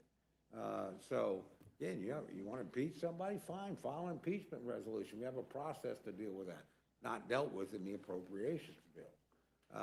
So, again, I'm not going to go home and tell my people that are working hard at Tinker Air Force Base to keep 50 and 60-year-old airplanes flying in combat conditions they shouldn't get paid because Congress is having a fight over something that's totally unrelated to what they do, which is critically important. I'm not going to look at a young service family and tell them, I'm sorry, you've got a 6-year-old in daycare. We're not sure whether or not we can pay you to do. I'm just not going to do that. This is not what I would have preferred, but I'm going to vote to fund the government of the United States and then let us resolve these other issues through negotiation, through legislation, through adjudication if you need to. But shutting down the government is not a good thing to do. And it endangers and harms people who have done absolutely nothing wrong. And it puts the American people at risk. They may even agree with you about the issues you're concerned about in ICE or Homeland Security. Fair, but I bet you they don't agree that the military shouldn't get paid. I don't think anybody in America believes that, or very few people do. And I think they would think you were reckless in running that kind of a risk. And I don't think, you know, people, again, that are simply doing their job, 99.9% of whom work hard, play by the rules, have discharged the things we ask them to do, shouldn't get paid, or that vital research. So it's just, to me, the remedy is out of proportion to the problem that my friends have. And, you know, if you want to shut down the government for the second time in 3 months, you have the ability to do that. I guess the Senate chose not to do that. They chose a different course, not the one I would have chosen. But at least they looked at what we did together with the Senate and said 5 out of 6 of these things we're okay with. Let's get that done. Let's put a 2-week limit on this other and continue this debate and discussion. I would have preferred a longer period of time, but I don't know how they ended up with 2 weeks, but that's where they're at. And so right now, the government of the United States, not this Capitol complex, because we did fund the ledge branch. We have funded, you know, we have a number of bills in place, but about, you know, over 70% of the government is unfunded, and people are doing important things to the American people and not getting paid, and they don't have anything to do with what's going on in Minneapolis one way or the other. So, you know, I grew up in a military family. I grew up with a father that was a military defense worker. After that, had a brother that followed the same course. They worked hard. They played by the rules. They deserve to get paid for what they do when they were doing it. I think the same thing about folks now. You want to have these arguments, discussions, you want to change things, but you don't shut down the government of the United States and freeze everything because you're upset about something that's happened. You deal with that problem within the context of that. You don't shut down the government. But again, people have a vote. They're entitled to do it. And the Senate chose this thing. not what I would have preferred, but I think it's better than shutting down the government. Well, that is very, very well put, Mr. Chairman, and I think that's what everyone should consider when voting on this after we report out the rule tomorrow. With that, Madam Chair, I yield back. Thank you very much, Mr. Jack. Ms. Leisure Fernandez, you're recognized. Hello, Madam Chair, and hello, Chairman and Ranking Member. You know, it's interesting because the other side of the aisle seems to be making the case of why we should restructure Homeland Security, because it's got a lot of different pieces in there that don't make sense together. And so, you know, we should take that up. I'm not sure that we would be able to do that right now in these circumstances, but where we're at right now is that when we were last here, the ranking member and Democrats, together with Republicans, have said, listen, there is so much controversy around Homeland Security, let's separate it out. So we had a vote on the two different bills, but it's Republicans who put them back together and sent them over. So No, there's that's this, actually there's not- a creation. If I may, that's actually not quite accurate. The Senate asked for these bills to be put together. That's part of the negotiation. So, yeah, the Republicans put them back together. That was the request of the Senate. And that was the request specifically of my Democratic colleague, Senator Murray. We want all 6 bills together. You wanted it differently in the House, and we accommodated that. The Senate asked for what it got. So please don't blame that on Republicans. Blame it on the Senate, collectively on both sides, you know. But that was the request we got. So, you know, sorry, we sent them what they asked for in the form that they asked for. So, but And what we then they have- made a but what we decision to have, change it, Chairman, which they have the right to do.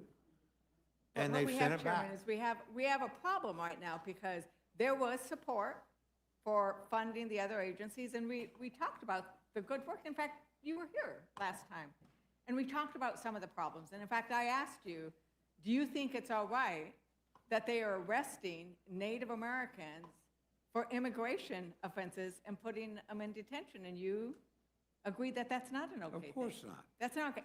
And won't you also agree that it's not all right for them to be arresting any American citizens? In fact, Latinos often look like Native Americans, and that's probably why those Native Americans were arrested, because have darker skin, right? I have no idea. You have no idea. But it's not all right to arrest any No, citizens for of course immigration. not. And I think that that's the problem, is it's not all right, and they keep doing that. And when they do that, it's a violation of the 14th Amendment. It's a violation of our basic principles of what it means to be a citizen of the United States, is we should not have ICE going around and arresting hundreds. It's over 200 by now. Because the last document we have, it was 170, and that was several months ago. But the other thing that they're doing is they're arresting and pulling people into custody, and then the courts are having to throw them out. 2,300 documented court cases where they are saying you are violating people's due process rights. 2,300. These are court cases. This isn't us lefties or whatever they want to call us. We believe in due process. I would assume you believe in due process as well. Of course I do, Okay. although it's not really dealt with normally in an appropriations bill. You know, we have all kinds of committees, we have all kinds of legislation. Our legislation is about funding the government. Right. And when we fund the did that government, in the House. We sent it to the Senate in the way the Senate asked for it to be sent. That's not a legal matter, it's a procedural issue. Nobody's rights are violated by that. We had an agreement with what they would do. They broke that agreement. They have the right to do that. And they've now sent it back to us in another form. So to me, the real question is, do you want to keep the focus on Homeland, which this clearly does, because it's, as my friend, the ranking member, said, about 10 days of funding. That's all that's in here for Homeland. If you want to vote against it, by all means, go ahead. Then there's the funding for the rest of the government, which was negotiated in a bipartisan fashion, and which was agreed upon by, and honestly, majorities of both parties voted for those funding bills. And now you've got exactly the same thing in front of you, the same thing that a majority of your party voted for and a majority of my party voted for. Why shouldn't that get funded? You want to deal with Homeland separately? That's what the Senate has decided to do. They sent it to you separately. But they put it all in one package. They didn't do what we did in the House and separate it out. They could have sent us over five So I think- bills. I They think could that- have sent us over 5 bills and then sent this as a separate package. I don't know why they decided not to do that, but I'm not willing to jeopardize the entire funding of the rest of the government and not pay military families and not pay federal workers and not pay safety workers and not fund FEMA in the middle of a disaster. I'm not willing to do that because I'm mad about this. If other people are, they have every right to do that. But that's the issue in front of us now. So, Ranking Member, I think that part of what we're struggling here in this conversation is that this is a bill that will fund Homeland Security. It will fund CBP and ICE. And the idea that we cannot ask anything, that we can send over a check and say, but you don't have to do anything. I think that that is, I can't see how that works. For example, last week, or last time you were here, we talked about body cameras, right? There's money in there, but there's no requirement that they be turned on, that they be kept on, and that the footage be available to law enforcement, local as well as federal. That's something that could get included in a funding package. Am I right, Ranking Member? You're right, but let me just, I'm going to say a couple things because questions haven't been directed to me, so I'm going to take this opportunity to, to say something. First of all, with the structure and the organization of the Department of Homeland Security, I was appointed to the committee that examined that effort many, many, many years ago. And I voted no, particularly because Coast Guard, FEMA, and other pieces were included in that. This was a conglomerate that people rushed to vote for. And my view, a mistake because of those things there. If my colleague, Mr. McGovern, were here, yeah, I passed all 12 bills when I was chair of this, of the Appropriations Committee. I also wanted to say to Mr. Roy, $4.5 trillion cuts that biggest cut for the wealthiest and for the biggest corporations. Give us a break on fiscal responsibility. Kristi Noem, let me be clear because I have colleagues who asked me this. I said she should be fired, she would resign. If that now was the case, then we could bring impeachment proceedings. So that's where I am on that. Now, we tried to put in guardrails in the House Homeland Security bill. I have a list of them. I won't go through it, but many of the things that have been out there and we've discussed. Citizens, warrants, body cameras, requirements, etc. That was rejected. And that was what 207 of those, and I'll speak on myself and not everybody else. I said, as I said in my opening remarks, I don't think it took into consideration what we need to be doing with regard to ICE. With what we have here, is 5 bills. I have to repeat this, 5 bills. And this is information that I have distributed. Increases the National Institutes of Health. It has state opioid response grants. It has child care and Head Start.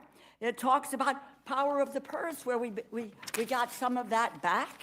And on a bipartisan basis, overwhelming numbers.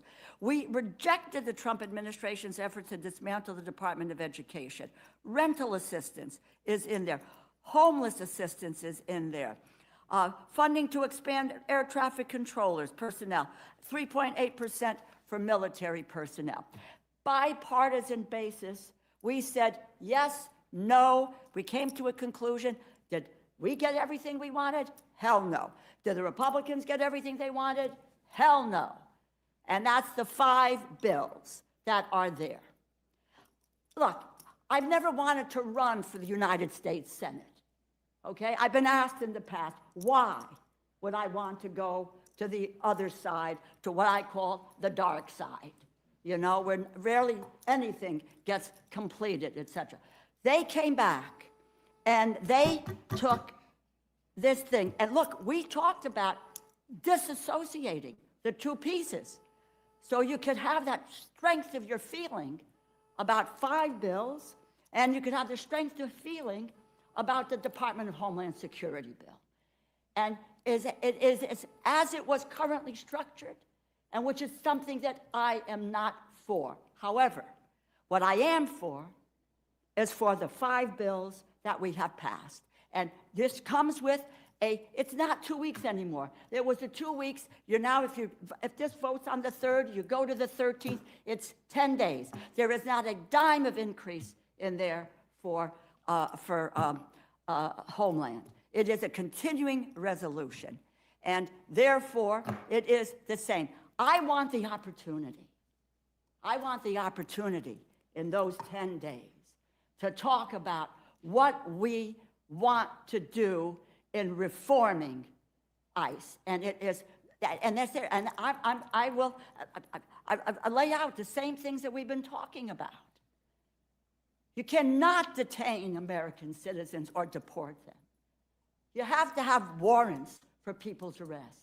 You have to require body cameras for people. We have to have an oversight capacity of an agency, which I said in my outset is lawless and is a rogue agency, the way it's currently constructed. Does it need to be reformed? Amen, it does. I'll take those 10 days and see what we can get. And at the end of those 10 days, if we can't decide to go with it, then it's a no vote. And Department of Homeland Security is shuttered, but not Labor HHS, not Department of Transportation and HUD, not Defense, not State, not the other 5 bills, because they're good bills with good things for the people that we care about. And I'll fight for those democratic priorities every day of the week and fight against a lawless and a rogue agency that is taking this country, turning it around, and pitting one person against another and killing American citizens in our streets. We have to change that. We have an opportunity. Without it, we will not have an opportunity. But part of my problem is I keep hearing Republicans say, oh, we can't do that. Oh, we can't put that in appropriations. We can absolutely put it in appropriations, because if we're not going to demand that when they violate the Constitution, Chairman, they said that you cannot, that it's all right to kill somebody because they were carrying a gun, lawfully carrying a gun. And when he was shot down, he was already down. And when he was shot, that gun was no longer in his possession. Do you agree with the idea that you can get shot because you're lawfully carrying a gun? Of course not. Right. I don't So think that's a any violation. American agrees with that. Of course not. But how do you enforce that? That's the problem. They're violating the First Amendment, the Second Amendment, the 14th Amendment. And probably be court cases on this. That's normally how you punish people that break the law. You punish them individually. You don't normally shut down the government of the United States because somebody did something wrong. Ms. People do Ledger stuff Fernandez. wrong all the time. But But you don't shut down the entire government. And you certainly don't shut down areas where you have negotiated in good faith and have bipartisan We're not bicameral talking about agreement. this. I'm So if talking you want about to have ICE. this thing, again, I wish the Senate had sent it back separately. They chose. We accommodated them. We accommodated your Democratic colleagues in the Senate. That's what they wanted. That's But what I'm they talking asked about, for. what can we do? accommodated your What can we Democratic do? And colleagues you keep in the saying we can't House do that in because you appropriations. wanted a We separate- absolutely You can do wanted that in a separate appropriations. vote on it, Ms. and we Ledger gave you that. Fernandez. It was So- Republicans and Democrats in this. So I think that this is. Exactly. Madam Chair. Republicans. Republicans and Democrats, but it was specifically a No, Democratic. don't talk over each other, please. We've been doing very well, but We're let's pretty not talk passionate. over each other. I I know. apologize. This is the Rosa DeLauro we've known to come and love. No. So, I will wrap Ms. up. but- Ledger Fernandez, would you wind it up, Yeah, please? I'll wrap it up, but I think that the frustration you're hearing us say is that we are hearing, including from the chairman, these don't belong in appropriations, and my God, if we are funding it, where else do they belong? And especially when you keep violating every single piece of this Constitution, and in 2026 alone, ICE has violated 96 court orders. So, Mr. Chairman, saying this could go through court isn't working. We need to put it in the language of the bill, and we can. We need to make it enforceable. We need to have accountability, and none of that exists right now. And that's the frustration that Americans are feeling, because this Trump is going down on this. Americans don't like what happens. They don't like seeing people gunned down in the street. They don't like the idea that, you know, it's about retribution and revenge. You're going into Maine? My God. Really, Oklahoma has more immigrants than Maine does, Ms. Leisure right? Fernandez. And the I don't know retribution what the doesn't make any population sense. of Maine is, but we're certainly proud to have a healthy immigration community in our states. So, but they're going into Maine because it's a Democratic state, and they're not going into Oklahoma because it's a Republican state, because that's what Trump has said is he's going to Well, have actually, revenge and that's not retribution. correct. I mean, I was with one of my county sheriffs over the break, and there were ICE operations in Oklahoma. He said, the difference is we cooperate with them here, we work well together. So we haven't had the same experience, That's but, not right. but saying there's not an ICE presence in Oklahoma, I can tell you it's just not true. There is. There aren't any surges going on in Democratic states. And Madam Chair, with that, I yield back. Thank you, I Ms. mean, in Leisure. Republican states, there's no surges going on in Republican states, and that tells you everything. Thank you, Ms. Leisure Fernandez. Mr. Griffith, you're recognized. I don't have any questions, Madam Chair. God bless you. Thank you. Many thanks. Mr. Norman, you're recognized. I'll be brief. I think everything's been talked about. You know, what does get me, though, is the left continues to demagogue what happened, the ICE agents, and encourage assaults on police. Yet they stood beside a president who let 15 to 20 million illegals in this country. They stood beside it. They stood behind the children who were left to dry with sex trafficking, didn't say one word about what was happening by the Biden administration that President Trump is trying now to cure. That's what the ICE agents are doing. They're not talking about the 8,000 assault on ICE agents. They're not talking about the young man who unfortunately was killed, but he kicked out a car, a tail light in a car. He should have been arrested, but they let him go with the lax rules as a sanctuary city has. It's so hypocritical. But, Mr. Cole, you've been around a long time. What's going to happen in 10 days? I don't think we know. I mean, I think there'll be a serious negotiation. My guess is there'll probably be an extension. I don't think it'll get settled in 10 days, but I'd love to be wrong about that. And we'll probably be up here with some other short-term CR. What I do, and I agree very much with the ranking member on this, I don't see why the rest of government has to be held hostage to this dispute. I don't see why the military needs to be threatened. I don't see why the NIH needs to be threatened. I don't see why the Department of Education needs to be threatened. I don't see why, as my friend pointed out, rent assistance needs to be threatened. So I don't think those people have much to do with this dispute.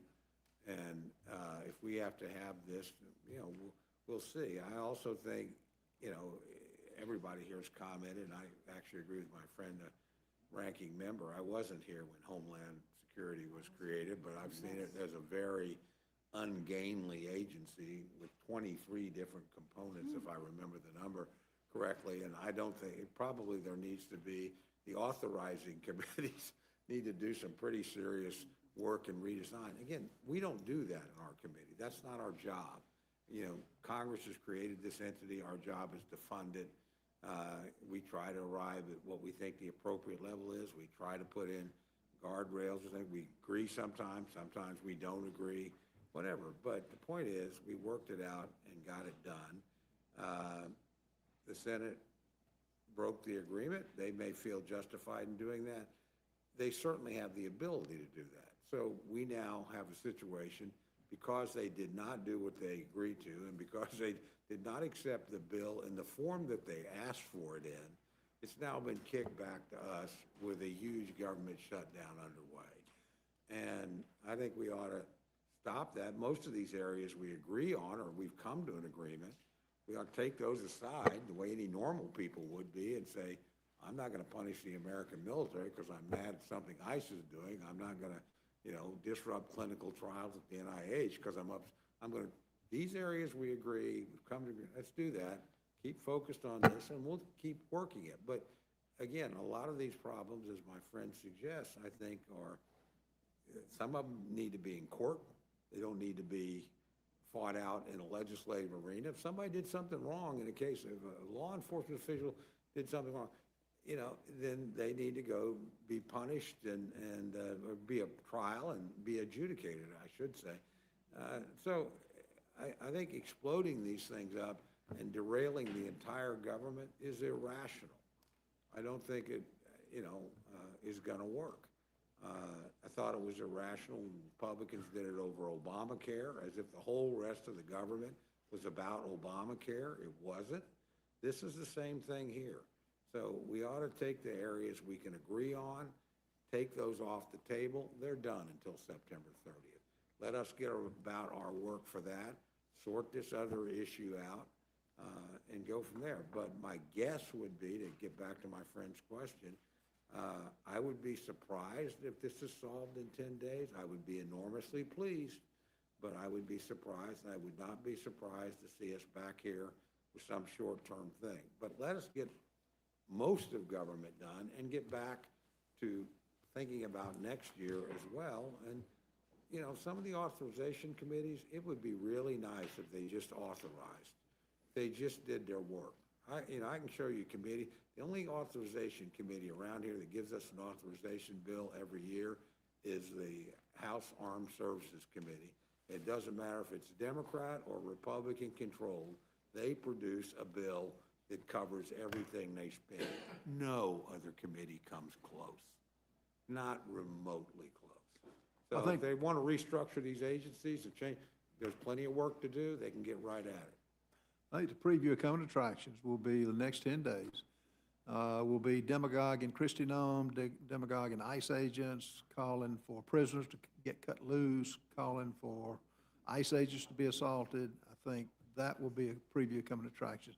And when they don't totally dismantle ICE, I think they'll vote against it. They're willing to shut the government down. It's all I can do. I'm against giving them 10 days. Let's call their bluff.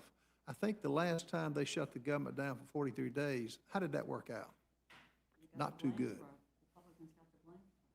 It didn't work out too good for them. They know that. How did it work out for the American people for 43 days? Not very damn good. No. How did it work out for families that didn't make mortgage payments that they owed because the employed person in the family for the federal government didn't get paid? But by God, we expect you to come to work.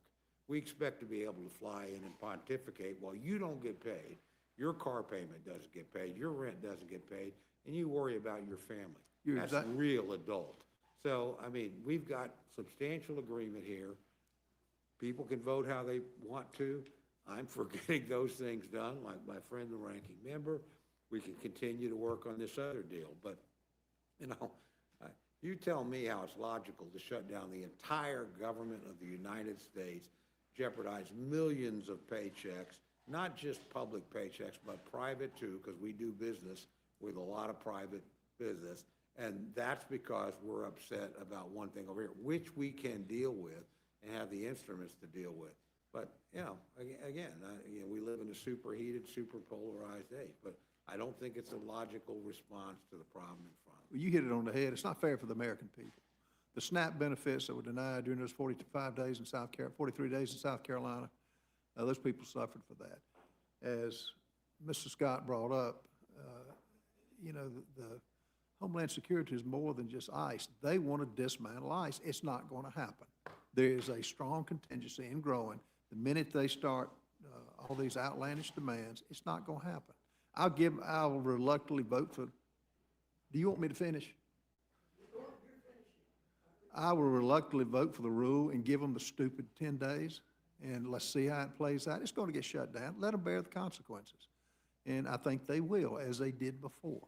So, but thank you for your hard work, or both of you for your hard work. We just have a total disagreement of what service is in this country and what leverage you'll use. For them, it's one word, power. And thank God the 77 million people aren't going to give it to them. I yield back. Madam Chair? Mr. McGovern. Just for the record, SNAP benefits were withheld, notwithstanding the fact that the money was there to pay for them. That was decided by the Well, President of the with all United due States. respect, there wasn't enough money for the month. Yeah, well, there was more than enough, but there was more than enough money to not stop that. Okay, Mr. McGovern. Look, No, It's okay. but I mean, I just want that was the first time in history that ever happened. But with all due respect, the president went to the Supreme Court to deprive Right. people of food. Yeah, No, yeah. okay. That's how cruel he is. Let's stick to the subject matter. Okay. Thank you, Mr. McGovern. Thank you, Mr. Norman. I want to thank the chairman and the ranking member for coming today. I really, really appreciate the chairman setting the record straight on why we are here today and talking about the other body. And I almost wanted to cheer when the ranking member made her comments. I was not in Congress when Homeland Security was established either, Mr. Chairman, but I do remember the debates that went on in the country about this being a very ungainly, I think was the word you used, and it's a good word, of putting these disparate agencies together. And if anything good comes out of what's happening, although I think other good will come out of what's happened in Minnesota, I do expect other good things to happen. It really would be nice if we could look again at the composition of this committee and say, why are these things all put together here? It really is a very, very confusing issue, and I hope it will spur the American people to do a little understanding of where we are in the country with this various agencies put within this one committee. It does make it very difficult, I think, to administer it. And maybe it's time for us to look at a way to make some changes. And I hope long-term that's what happens. But I want to thank you all again. We didn't expect to be back here when we sent those bills over to the Senate. I thank you for the good work you've done. You've emphasized over and over again that these bills came to us as a result of the hard work of the subcommittee members. And as Ms. DeLauro said, it's nobody's perfect bill. These bills are nobody's perfect bill, but we live where we have to compromise.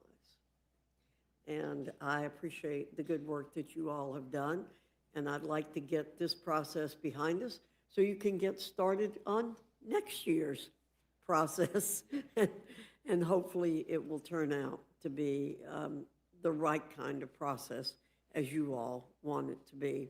So I thank you all very much for being here today, and seeing no further questions. We appreciate your being here, and you are excused. Thank you very much. Okay, my dear. Let's just see what we got here. Thank you.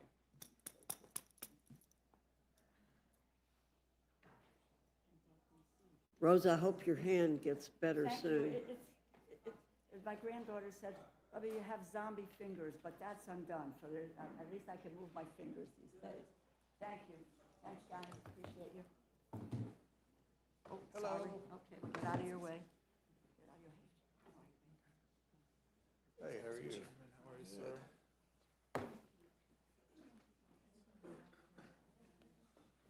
Hey, Ralph, how you doing, buddy?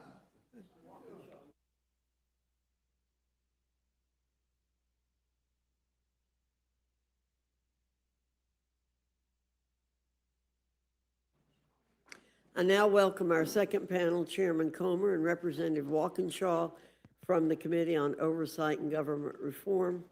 Your full statement will be submitted for the record, and we ask you summarize your statement in 5 minutes. Chairman Comer, I welcome your testimony. Thank you, Chairwoman Fox and Ranking Member McGovern. I urge the Rules Committee to grant a prompt rule for the House's consideration of both the resolution recommending that the House of Representatives find former President of the United States, William J. Clinton, in contempt of Congress for refusal to comply with a subpoena duly issued by the Committee on Oversight and Government Reform, and the resolution recommending that the House of Representatives find former Secretary of State Hillary R. Clinton in contempt of Congress for refusal to comply with the subpoena duly issued by the Committee on Oversight and Government Reform. Subpoenas are not mere suggestions. They carry the force of law and require compliance. Former President Clinton and former Secretary Clinton were legally required to appear for a deposition before the House Oversight Committee. They refused, and actions have consequences. Last July, Republicans and Democrats on the House Oversight Committee's Federal Law Enforcement Subcommittee unanimously approved a voice vote, a motion to subpoena former President Clinton and former Secretary Clinton for depositions as part of our investigation into the federal government's handling of the Jeffrey Epstein and Ghislaine Maxwell criminal cases. On August 5th, I issued subpoenas to them. The testimonies of President Clinton and Secretary Clinton are critical to understanding Jeffrey Epstein's sex trafficking network and the ways he sought to curry favor and influence to shield himself from scrutiny. In fact, then Secretary of State Clinton would have signed off on the annual Trafficking in Persons report. In 2010, under Secretary Clinton's tenure, that report began covering trafficking within the United States. Given her service as Secretary of State, she could provide firsthand information about the federal government's efforts to combat international sex trafficking. Their testimony may also inform how Congress can strengthen laws to better combat human trafficking. Since issuing the subpoenas, the Oversight Committee has acted in good faith. We've offered flexibility on scheduling. We've tried to accommodate. The response we received was not cooperation, but defiance, repeated delays, excuses, and obstruction. President Clinton and Secretary Clinton claimed to have been treated unfairly because the Oversight Committee accepted written statements under penalty of law from former U.S. Attorneys Gonzalez, Holder, Lynch, Sessions, and Garland, as well as former FBI Director Comey. Those written statements were accepted because none of those officials recalled any information relevant to the Epstein investigation, nor could we find any evidence that they did have personal relationships with Epstein. By contrast, the Oversight Committee required in-person testimony from former U.S. Attorney General Barr and former U.S. Secretary of Labor and U.S. Attorney Acosta, both Republicans, because they possessed information directly relevant to the investigation. The Clintons had documented relationships with Epstein and Maxwell, including President Clinton's trips with Epstein and Maxwell, evidenced by numerous photographs, flight log records, wedding invitations, and other materials. We repeatedly informed the Clintons' attorneys that a written statement would not be sufficient. The subpoenas required a deposition. Federal courts have consistently held that witnesses may not impose their own conditions upon the manner of congressional inquiry. Yet President Clinton and Secretary Clinton attempted to do exactly that, submitting a brief, bulleted written statement that was neither comprehensive nor responsive to the Oversight Committee's many unanswered questions.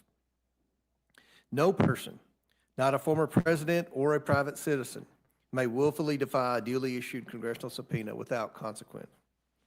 And there can be no doubt that this bipartisan congressional subpoena was lawful and duly issued, as Ranking Member Garcia confirmed for the record during the committee's markup. The Clintons have flatly refused to appear at all, despite repeated warnings that the Oversight Committee would move forward with contempt proceedings. 2 weeks ago, the Oversight Committee voted on a bipartisan basis to hold both President Clinton and Secretary Clinton in contempt of Congress for refusing to comply with their subpoenas. President Clinton must be held accountable for his actions. Secretary Clinton must be held accountable for her actions. The Rules Committee and the full House must take this opportunity to uphold Congress's investigative authority. And we must do so to demonstrate to the American people that justice is applied equally to everyone, regardless of position, pedigree, or prestige. I also urge the Rules Committee to grant prompt rule for Representative Gill's House Joint Resolution 142, disapproving the action of the District of Columbia Council and approving the D.C. Income and Franchise Tax Conformity and Revision Temporary Amendment Act of 2025. As I've said many times before this committee, Congress has the constitutional right to review legislation passed by the D.C. Council under the D.C. Home Rule Act. It also has authority to block such legislation. In this case, it should do just that.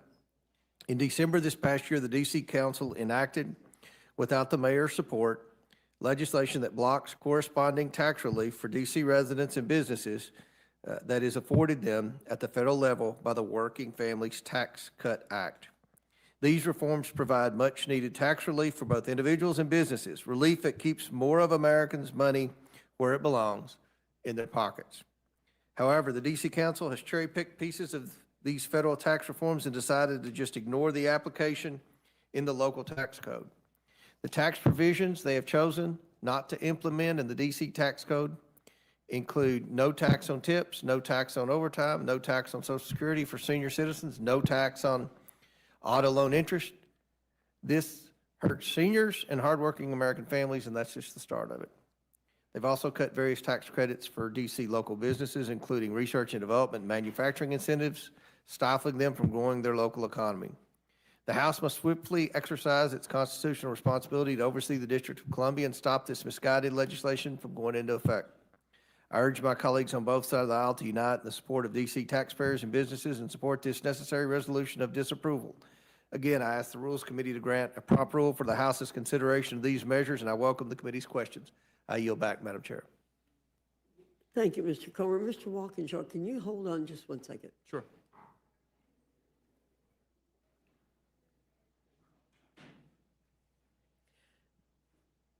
I can't figure out where that pounding noise is coming from.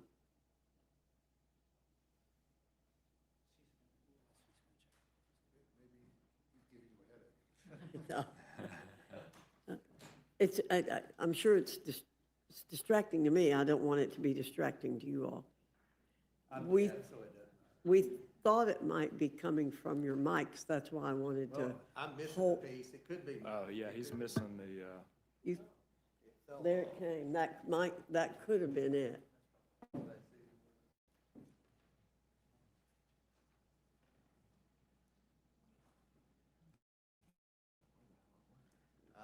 No, okay. My mic's turned off. If it's still. Yeah, we'll see.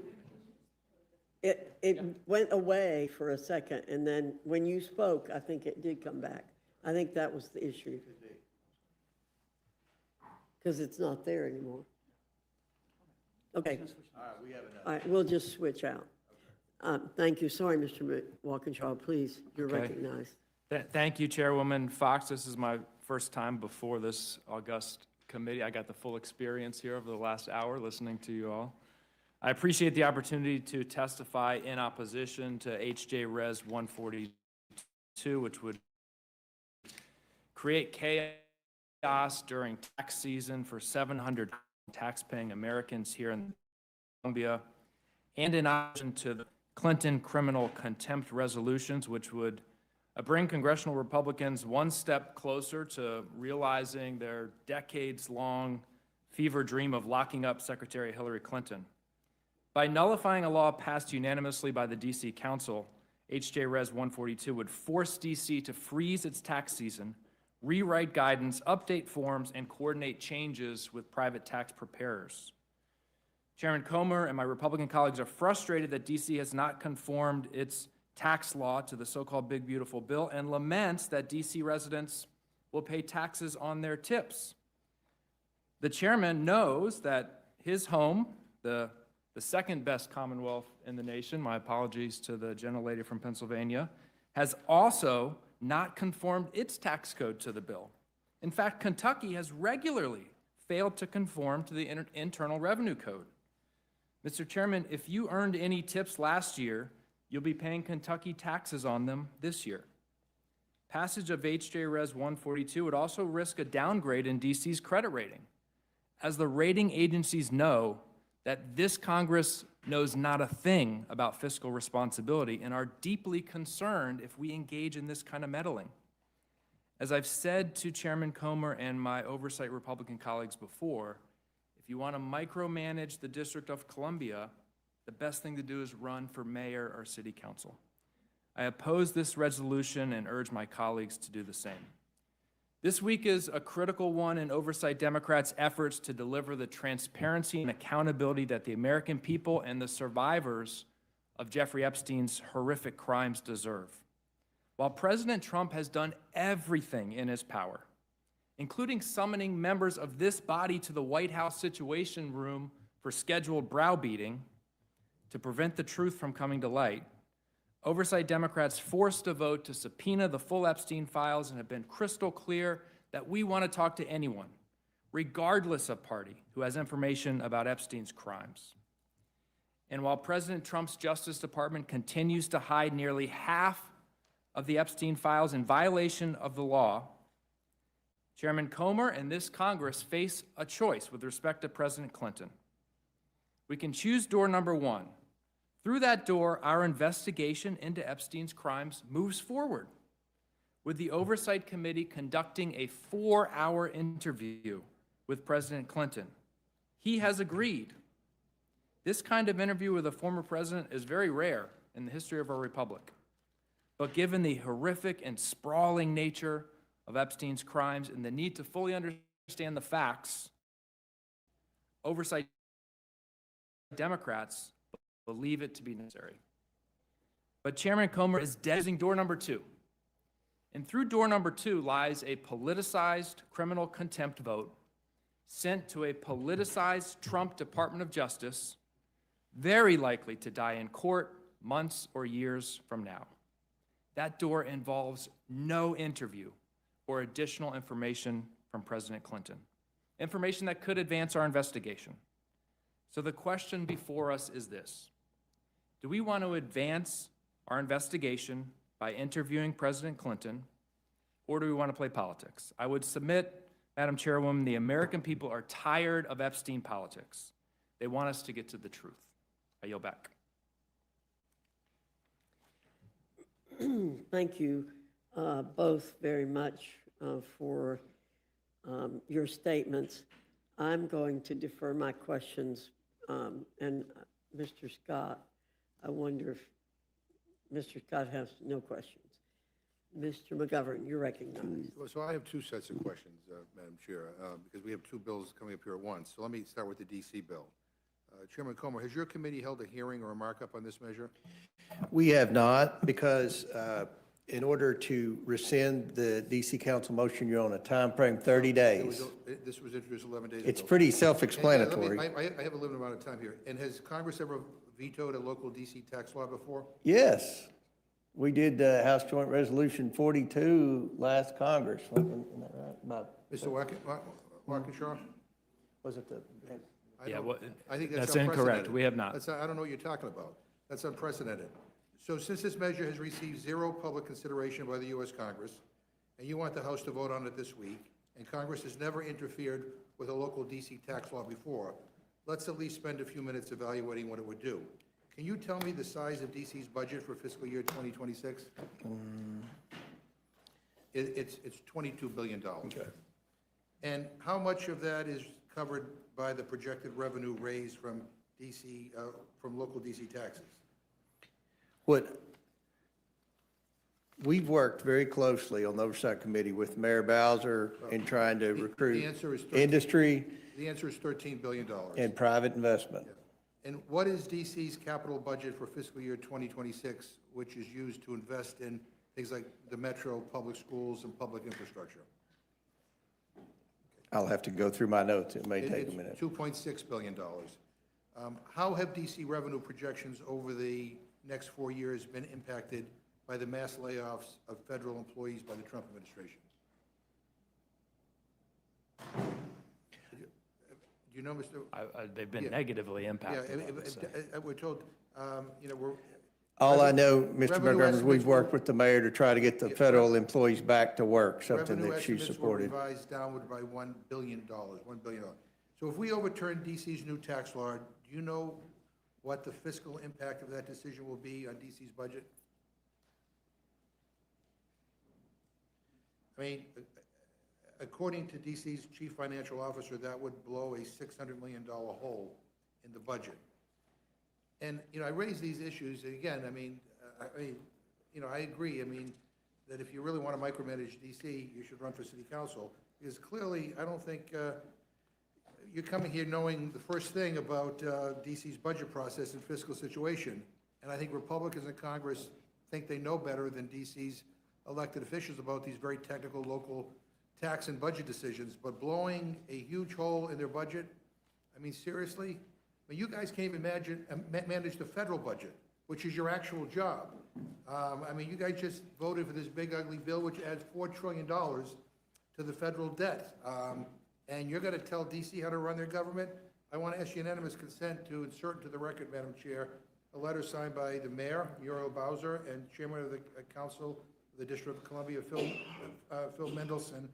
Without objection. One quote here. The district is already a month into the 2026 tax year and has begun accepting and processing tax returns. Disapproval at this stage would create huge administrative challenges, require taxpayers to refile their taxes, render existing guidance and forms obsolete, and necessitate rapid mid-year changes to tax administration systems. This is insane. This doesn't make any sense. So, Madam Chair, I really am frustrated that this is what we're going to spend our time doing this week. You know, a bill that's going to create more chaos in the district. It just doesn't make any sense. Now, to the second bill that we're here to talk about. You know, President Trump referred to efforts to uncover the facts about the Epstein issue as I'm going to quote him, a hoax involving Democrats, not Republicans, end quote. And he instructed Attorney General Bondi to investigate Democrats, including President Clinton, and that's exactly what this is all about. My Republican friends, you know, say that they are interested in getting to the truth of the Epstein files. I'm on the Rules Committee. We moved 9 times to try to get an amendment considered on the House floor to release the files. And the way we actually had a vote on it was through a discharge petition, because all of you blocked it. That's not true. I subpoenaed Pam Bondi for the Epstein documents. Yeah. It is true. You did block it. You did block it. 9 times in this committee, we voted to make an amendment in order, and it was blocked. In addition to the Clintons, 6 other people were also subpoenaed. Attorney General Barr, she came in to testify. The rest, including the Clintons, all sent in written declarations. Yet this contempt resolution singles them out for partisan reasons. They are actively negotiating with the committee to provide testimony, most recently offering to sit for a transcribed interview, which I guess Chairman Comer has rejected, because this isn't really actually about getting at the facts. It's about playing politics. It's about creating a spectacle. We all know what's going on. Mr. Walkinshaw, isn't this just a political exercise to change the subject away from Trump's involvement in the Epstein files? By the way, the incomplete release of the Epstein files up to this point, Donald Trump is mentioned 5,391 times. 5,391 times. Yeah. And not one word about even asking the president to voluntarily come up and answer questions, but I'll yield to you. I think it's really important to remind the American people about the timeline of President Trump's involvement here. We all know he ran for the presidency in 2024, saying he was going to release the files. Shortly after being sworn in, his attorney general claimed to have a binder with the client list, and she was going to release the files. At some point, very quickly, President Trump changed his tune. He started doing everything in his power to prevent the release of the files. We know, based on reporting, the Attorney General told him that he was mentioned in the files. We now know thousands of times he's mentioned in the file. So I think You know thousands of times because he released the files. Half of them. He released half of them only when he was forced to, after doing everything in his power to prevent it. Is there an update on the Clintons? And I can share an update. The good news, Mr. Chairman, I think we'll be able to go through door number 1 that I outlined in my opening statement. I understand that the Clintons have agreed to appear for depositions and have agreed to the terms that you laid out in your most recent letter. Are you aware of that? No. Yeah.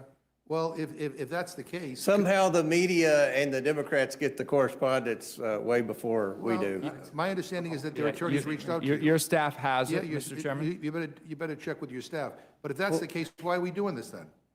If the staff has it, they just got it, because we've been in there waiting for you all to stop talking on the last bill so we could present this bill. And look, you You said can multitask. transcribed, You don't have they to. rejected a transcribed, he wanted a transcribed interview. The difference in a transcribed interview and deposition, you don't have to answer the questions in a transcribed interview. Great, but. They've agreed to the terms in your I letter, would Mr. suggest that you consult with your staff. Maybe Mr. Walkinshaw can maybe make sure that you're. Yeah, we'll I mean, make sure you my get- understanding is that your staff has been notified of this. If they've been So, this is notified, the- it's been in the last 15 minutes. Mr. Correct. McGovern, yeah, Mr. McGovern, it just has come out in the last, I just received a note. In the last 2 In the minutes. last- Right, well, then, Yeah. can we save it? Can we save all? No, all no, the- no, just because we're right, going to well, have to then- review this and look at this, and look, this sets a bad precedent. So every time we issue a subpoena, and what Mr. Walkinshaw does not say is the Democrats made the motion for all these subpoenas. This was a Democrat motion, and a majority of the Democrats on the committee voted for we this wanna subpoena. hear from everyone. So you're trying to say it's wanna hear from partisan, everyone. and it's not Reclaim partisan. my time, Madam Chair. It's bipartisan. So, in other words, you're getting everything you want, but you still want to go ahead with the show. You're talking this about is- something nobody's this is even so- read yet, this is Mr. so McGovern. All right, let me add, so in the recent DOJ release of the Epstein Files, there appears to be far more information about prominent people in Epstein's circle, including Donald Trump, Melania Trump, Elon Musk, and Howard Lutnick. Chairman Comer, do you know if top Trump advisor Elon Musk ever went to Epstein's Rape Island? I haven't seen any evidence that he had. Do you know? But, Trump- look, if anybody that's been to the island, especially if I they went to the reclaim my island time. after he's convicted, Madam Chair, we're I mean, interested in I talking to reclaim my them. time. Do you know if Trump advisor Steve Bannon ever went to Epstein's Rape I Island? don't keep up with Steve Yes, sir. Bannon. All right, do you know if Trump's Commerce Secretary, Howard Lutnick, ever went to Epstein's Rape Island? He has said he went to the island with his wife and kids and would never go back. He went somewhere, I don't know if it's an island, but he went somewhere with Epstein. He said that before. Yeah, so you don't want to subpoena them? Or don't you care to learn if they? ever I've went to subpoenaed the Wait, former wait. Republican Attorney General Bill Barr for a hard-hitting deposition, and we subpoenaed Alex Acosta, who served in the Trump administration. subpoena anything? How many Republicans did Jamie Raskin subpoena when he has? How So many the answer is no. Republicans did the So the answer Democrats is no, you subpoena? don't care. I This is a reclaim bipartisan my- investigation. it's my That's time, why a Madam majority of Chair. Democrats I'm sorry. on the Oversight I'm Committee sorry. voted for this. It's my time, Mr. Chairman Chair. Comer, You Chairman. can spread all the propaganda you want in your committee, but it's my time in this committee, and I'm asking the questions. So the answer is no, that you're not going to subpoena. I don't even know what the these people. question is. It was very, are you going to subpoena Howard Lutnick, or Steve Bannon, or Elon Musk? We'll subpoena anyone that the evidence leads us Is that to. yes? Lutnick If went the to evidence, island. we'll talk about it with the committee. And we don't just pull subpoenas out of our butts Chairman- like Jamie Raskin I would reclaim my do. time. Chairman Comer, the Oversight Committee issued a subpoena to Attorney General Bondi more than 5 months ago. I subpoenaed Pam Bondi for requiring her to the produce- Epstein Excuse me, documents. Madam Chair, can you muzzle the witness, please? I mean,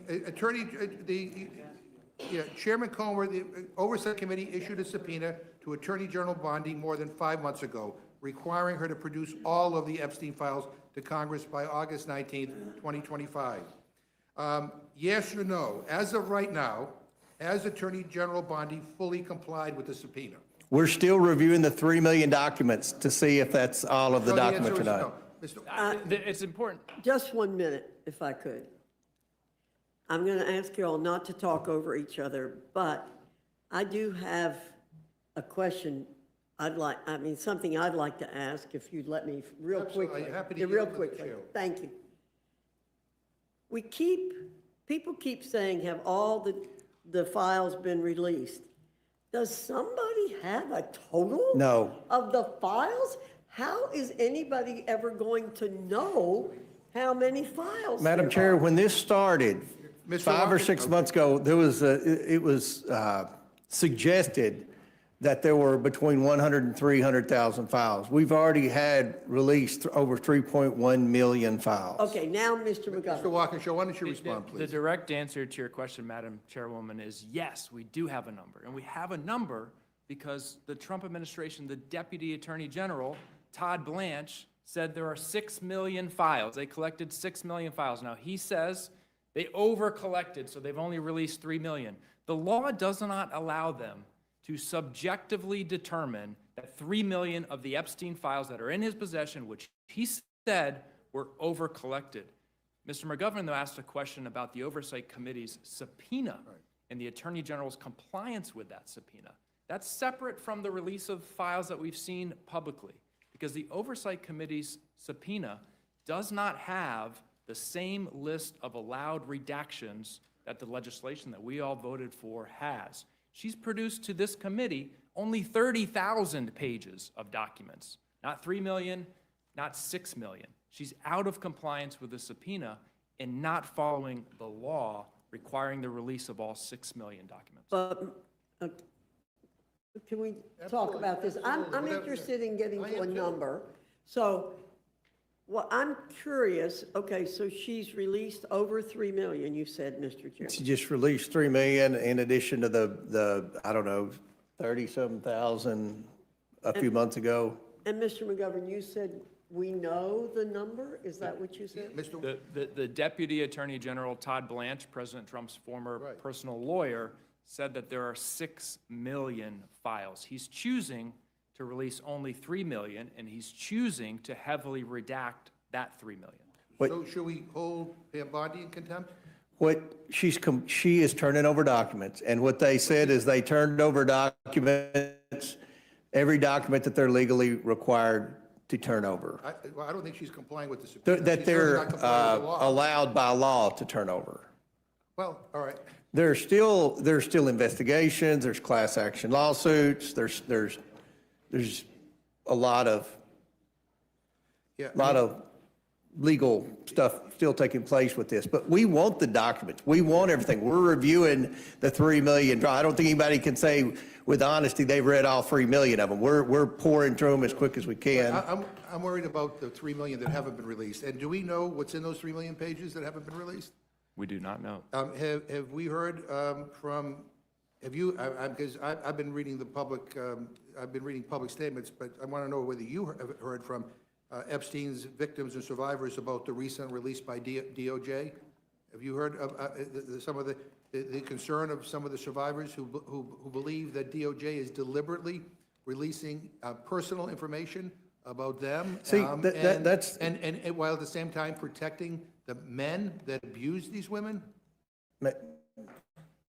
You want to, It's deeply concerning. I mean, look, the most recent release, we heard from the Department of Justice that they couldn't follow the law because they were taking so much time to carefully scrutinize the files and ensure they did the appropriate redactions to protect the survivors.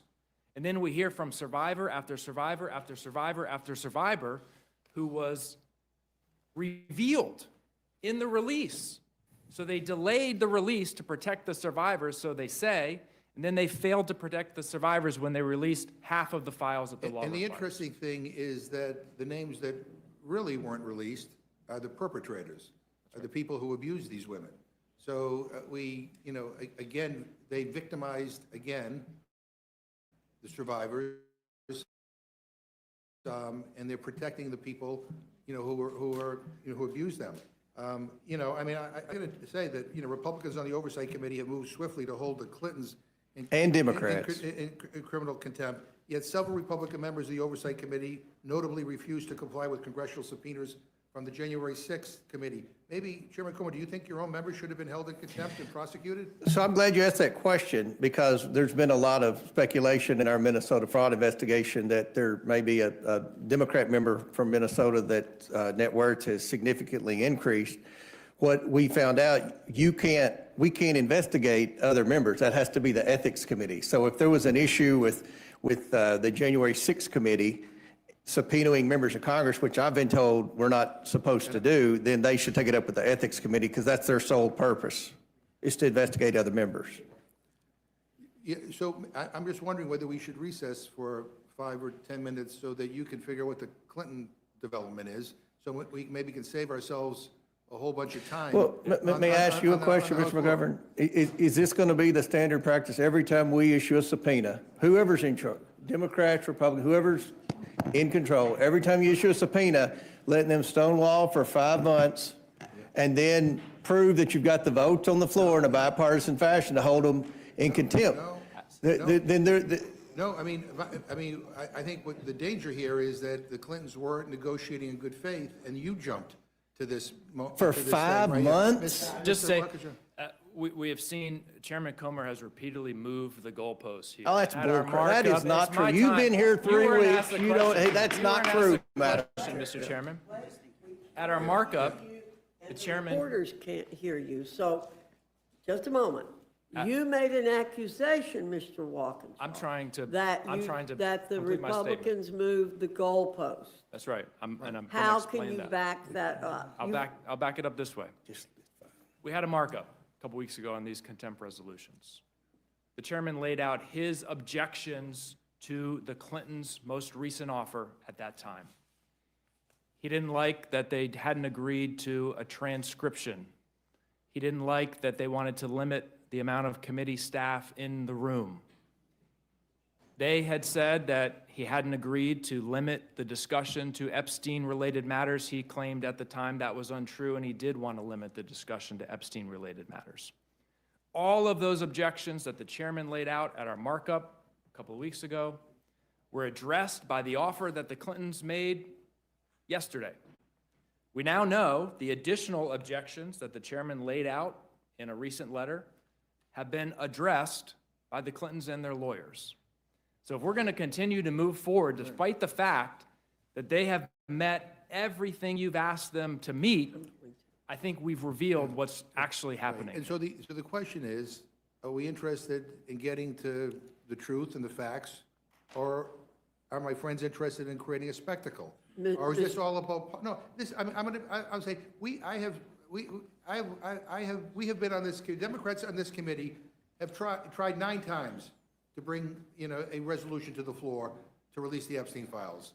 Only when public pressure, forced you to cave on it, finally, did we have a vote on it.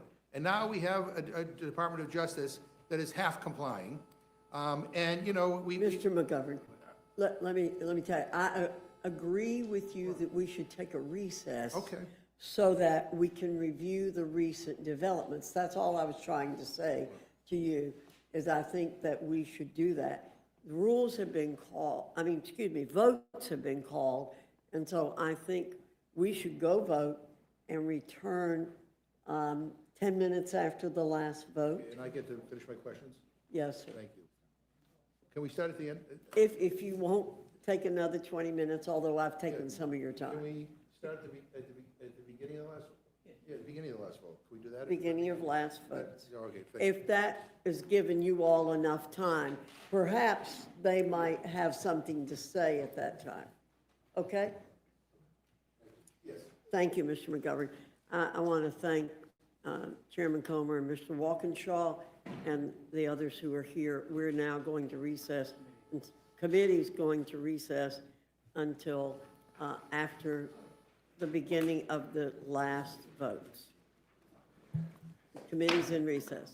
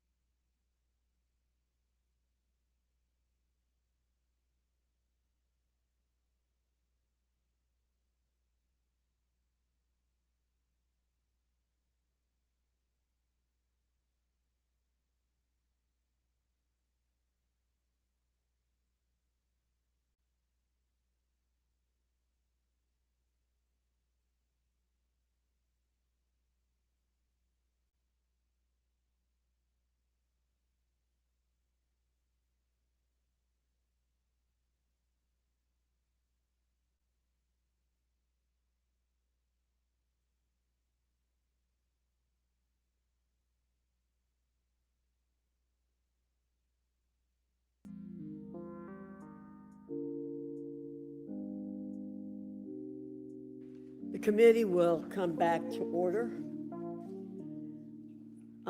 We are going to suspend the panel from the Committee on Oversight and Government and go to the Committee on Natural Resources.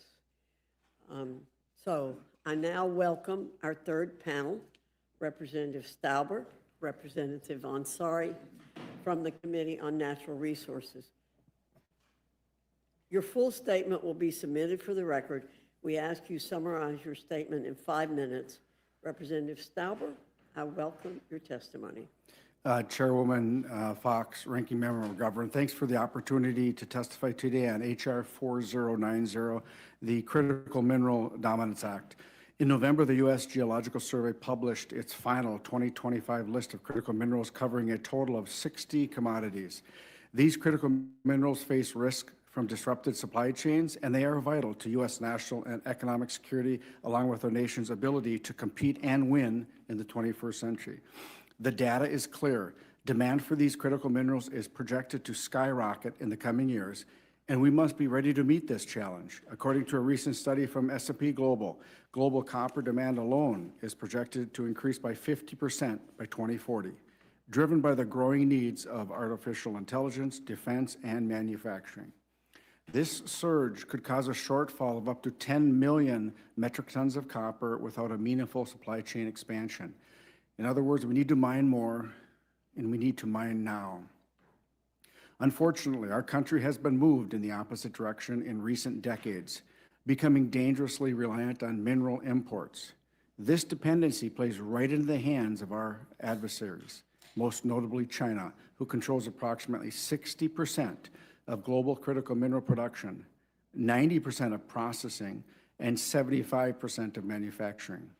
We've repeatedly seen the CCP impose mineral export restrictions and use its stranglehold over rare earth minerals as a bargaining chip in trade negotiations, increasing uncertainty across key sectors of our economy. To unleash our vast natural resources, we must take decisive actions to cut through the red tape and end the years of hostility against domestic mining from the Biden administration, which reversed project approvals and restricted development on millions of acres of public lands. Since taking office, President Trump has moved swiftly to set America on a path to mineral dominance, from issuing America First executive orders focused on mineral production to including dozens of new mineral projects in the FAST 41 process. This administration has sent a clear signal that we must support rather than impede our domestic miners, who form the foundation of our national strength. H.R. 4090 builds on President Trump's efforts by codifying aspects of 3 executive orders related to hard rock mining. First, H.R. 4090 requires the Department of the Interior to assess the cost of America's import reliance for each mineral commodity monitored by the USGS. This data will inform further efforts to reduce our reliance on foreign adversaries like the People's Republic of China. Next, the bill directs agencies to identify federal lands suitable for new mineral production, streamlining priority mining projects on federal lands, and accelerate mapping efforts to provide a clearer picture of significant domestic mineral wealth. Finally, H.R. 4090 directs Interior to conduct a nationwide review of laws and regulations, including those from state and local governments, that discourage mineral development. Interior will then provide a report to Congress with their findings, along with policy recommendations to increase domestic mining. During markup, the Natural Resources Committee worked across the aisle to strengthen this bill, adopting 2 minority amendments that require Interior to report to Congress on the barriers to byproduct mineral production on federal lands and examine projects with the potential to produce hard rock minerals from coal ash and coal byproducts. And I am proud that the bill was reported by the Natural Resources Committee with bipartisan support. H.R. 4090 takes a broad and forward-thinking approach to addressing one of the country's most serious challenges. By codifying these policies into law, we will provide our domestic mining sector the policy certainty it needs to invest and grow here in the United States. I urge the committee to adopt an appropriate rule so we can bring this bill to the floor, and I yield. Thank you. Thank you, Mr. Stauber. Representative Ansari, you're recognized. Thank you, Chair Fox and Ranking Member McGovern. I'm here to testify in opposition to H.R. 4090, sponsored by Representative Stauber.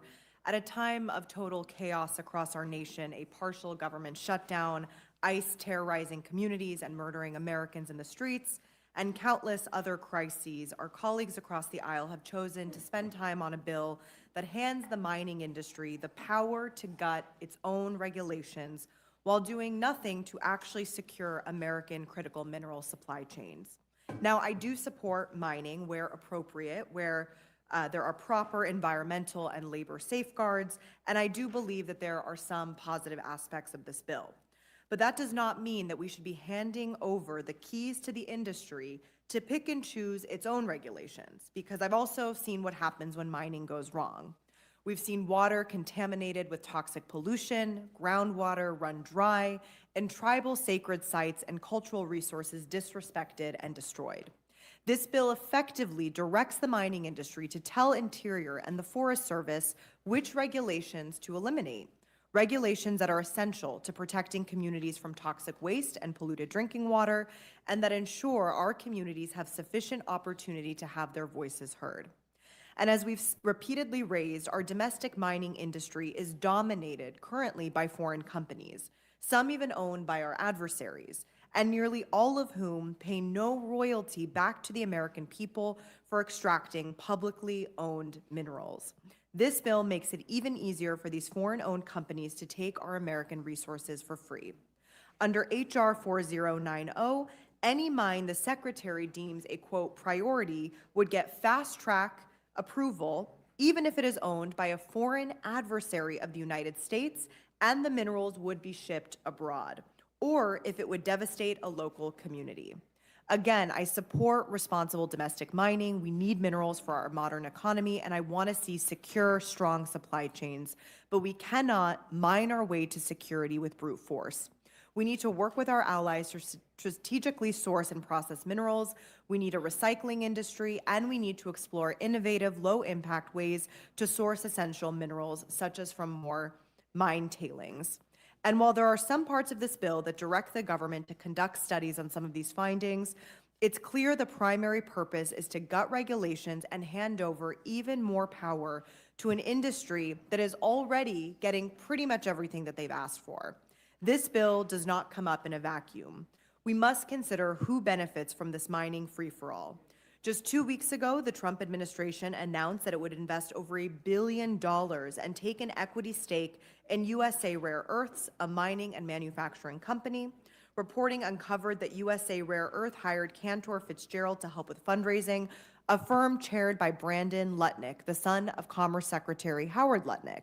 And in October, the Trump administration announced equity investments in mining company Trilogy Metals, while simultaneously directing agencies to fast-track permitting for Ambler Road, the controversial project needed to access Trilogy Metals' proposed mine site. Trilogy Metals' third largest shareholder is John Alfred Paulson, a Trump mega donor and economic advisor. His shares increased $70 million in value after the announcement. The administration is making a pattern out of picking winners and losers in the mining industry, and a suspicious number of those winners have close ties to Trump officials. These deals tie taxpayer dollars to corporate balance sheets and incentivize administration officials to prioritize individual corporate interests over the broader public good. Earlier today, Ranking Member Huffman of the Natural Resources Committee and Ranking Member Garcia of the Oversight Committee, both committees I am fortunate to serve on, sent a letter to the administration demanding answers on the Trump administration's taxpayer-funded mining spending spree. To date, there has been no public disclosure of procedures or safeguards in place to ensure that these ownership stakes do not influence permitting decisions, regulation, enforcement, contracting decisions, or any other agency decisions relating to these mining and mineral projects. Before we give this administration even more power to enrich themselves at the expense of everyday Americans, let's get answers to at least some of these questions. I reiterate my interest in working with colleagues on innovative ideas in the mineral space, but I cannot support this bill as written. Thank you. I yield back.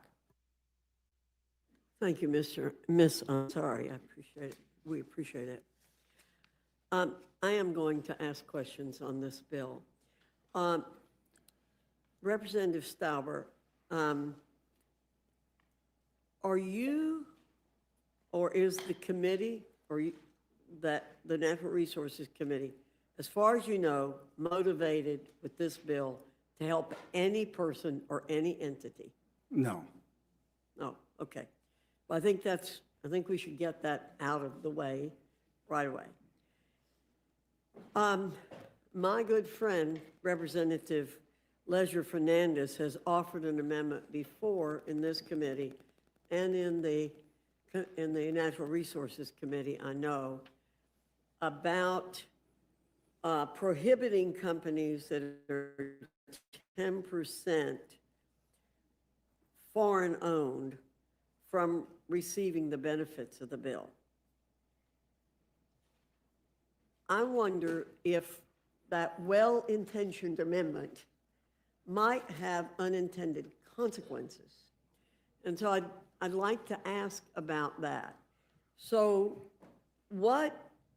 it's apparent that China's already doing whatever that it can do to prevent us from building out secure domestic supplies of critical minerals, right? China has been for many years trying to corner the market on critical minerals, right? So what would prevent China, or some other country for that matter, from going out and buying 10% of a company, 10% of the stock of a company, and then stopping this legislation from applying to that particular mine, and therefore inadvertently cutting off supply of critical minerals?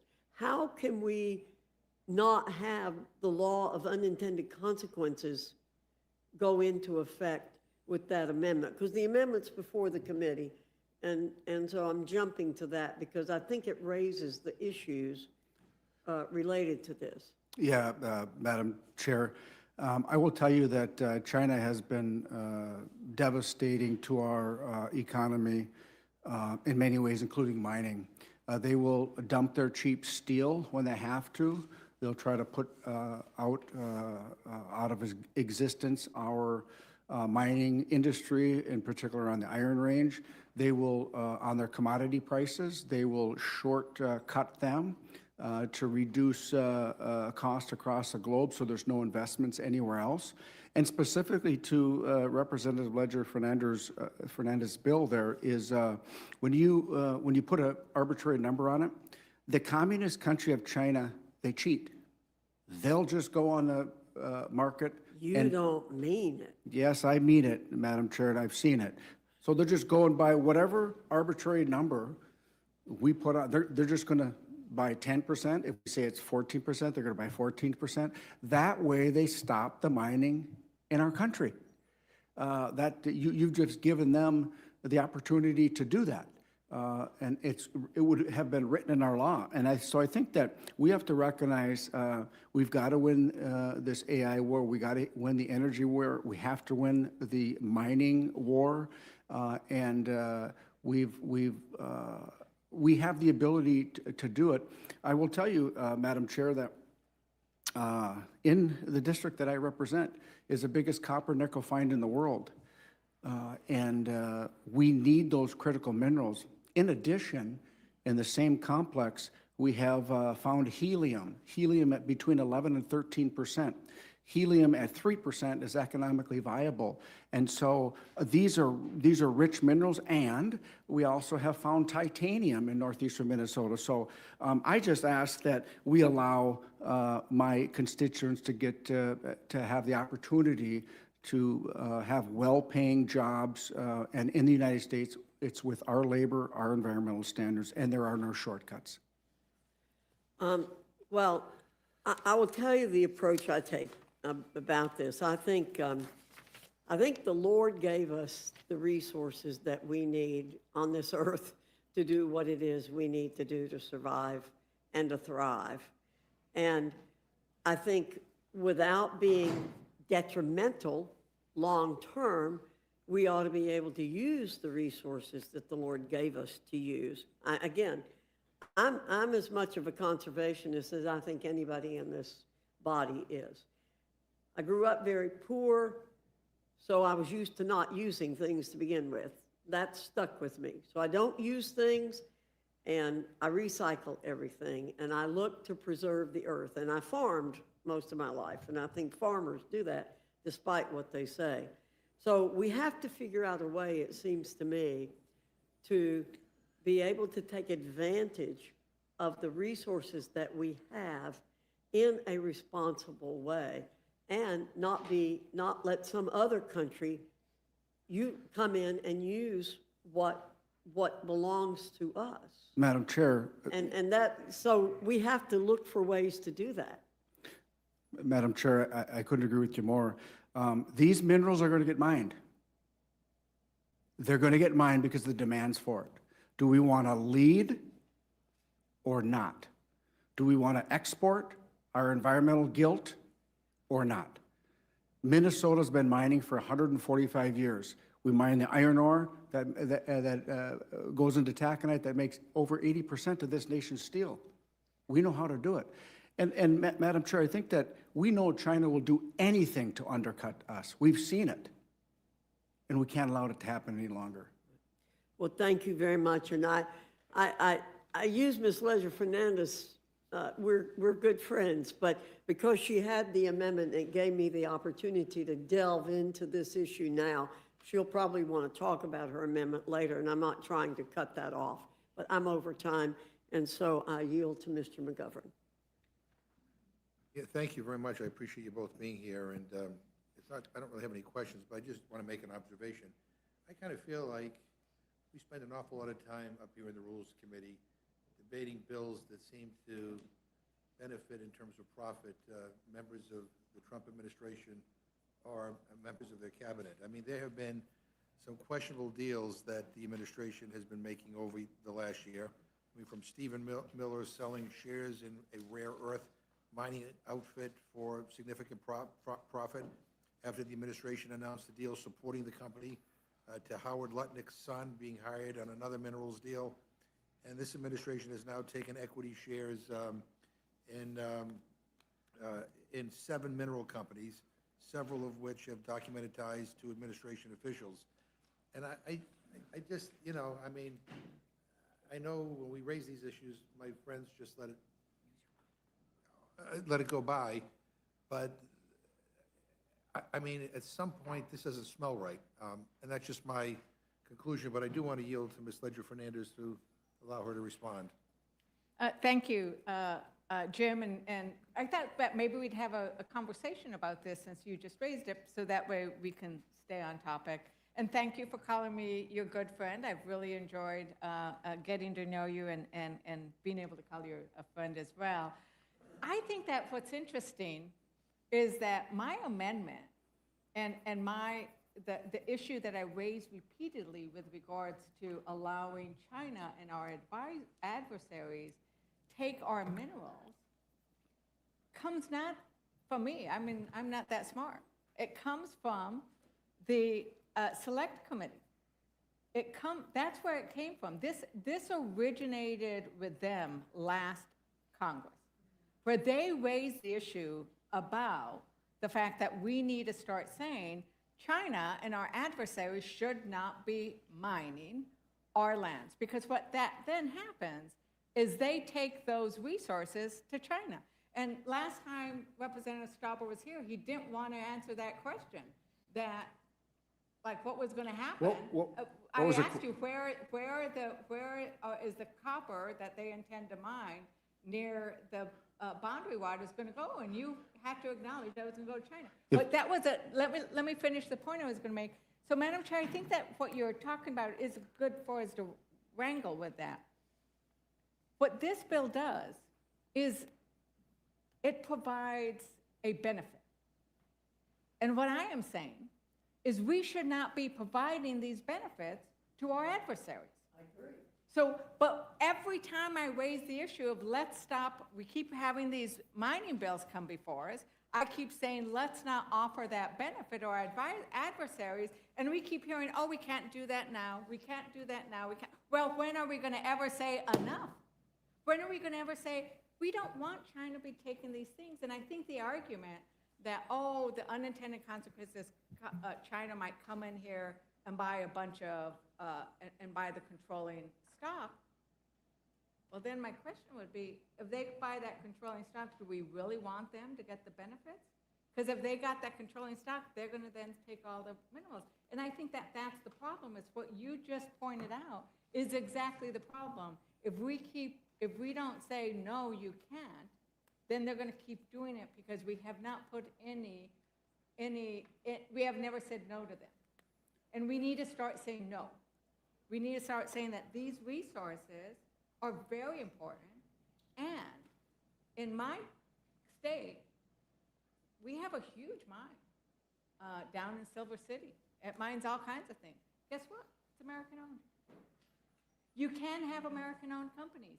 And if you start saying that these kinds of things are only available to either American owned companies or companies owned by our allies, or at least not our adversaries, then you're going to start having more American or friendly companies owning them.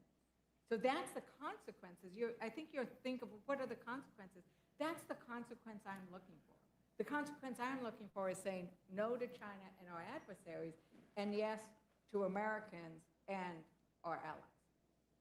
So does it make sense of where I'm trying to go with it? And the fact that it came out of this whole line of what we should be doing. Talk to Representative Molnar about it. And when I talked to Secretary Burgum about it, he agreed with me. I mean, this is not something that this should be bipartisan. I don't know why the Natural Resources keeps saying we can't do it now.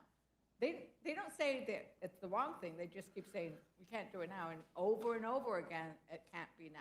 And there's always some kind of new excuse. Thank you, Mr. Chair. Thank you, and I yield back.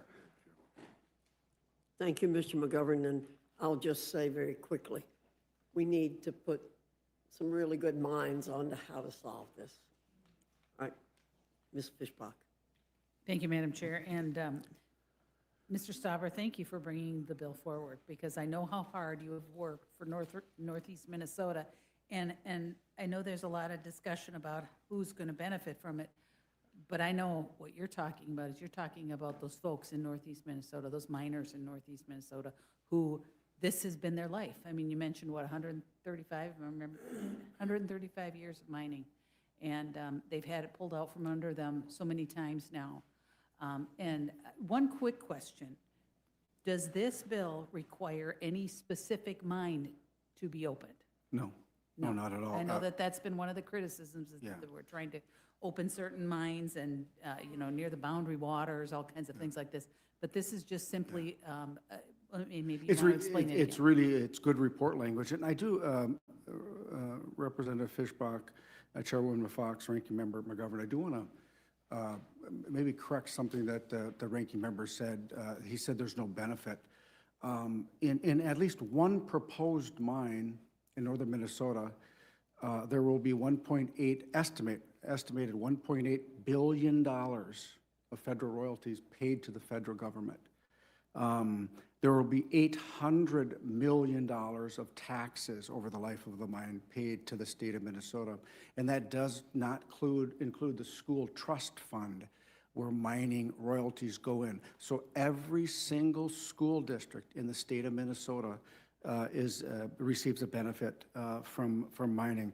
And I think that to my good friend and colleague, Representative Ledger Fernandez, she talks about the mining and the oil and gas in her state. Those are really good paying jobs. I asked my friend, can my constituents have those same good paying jobs?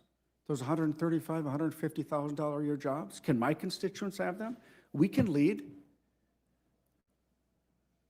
And thank you, Mr. Stauber. But I thought that we should turn this around to who is it? It really does benefit those individuals, those Right. folks. It's going to benefit the economy. It's going to benefit, and you mentioned the school trust fund, and it's going to do Well, and strategic national security as well. You know, Absolutely. and we're going to have an opportunity, and my good friend and colleague, Representative Ledger Fernandez, is going to have the opportunity to support legislation that allows processing and refining to happen in our country, and it's going to happen very soon. So I'm looking forward to her support on it. Thank you, Mr. Stauber, and I do think that this, it really does, it only makes sense to be mining where we have the resources and making sure that we are using what we have to lessen our dependence on others and growing our economy. So this doesn't greenlight any project. You still have a rigorous permitting process, both at the federal level and the state level. Yep. All right, thank you very much, and I yield back.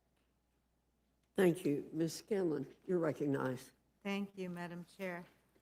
Representative Ansari, we're hearing a lot about this bill and the wonders it's going to produce, but it feels a little bit like all hat, no cattle.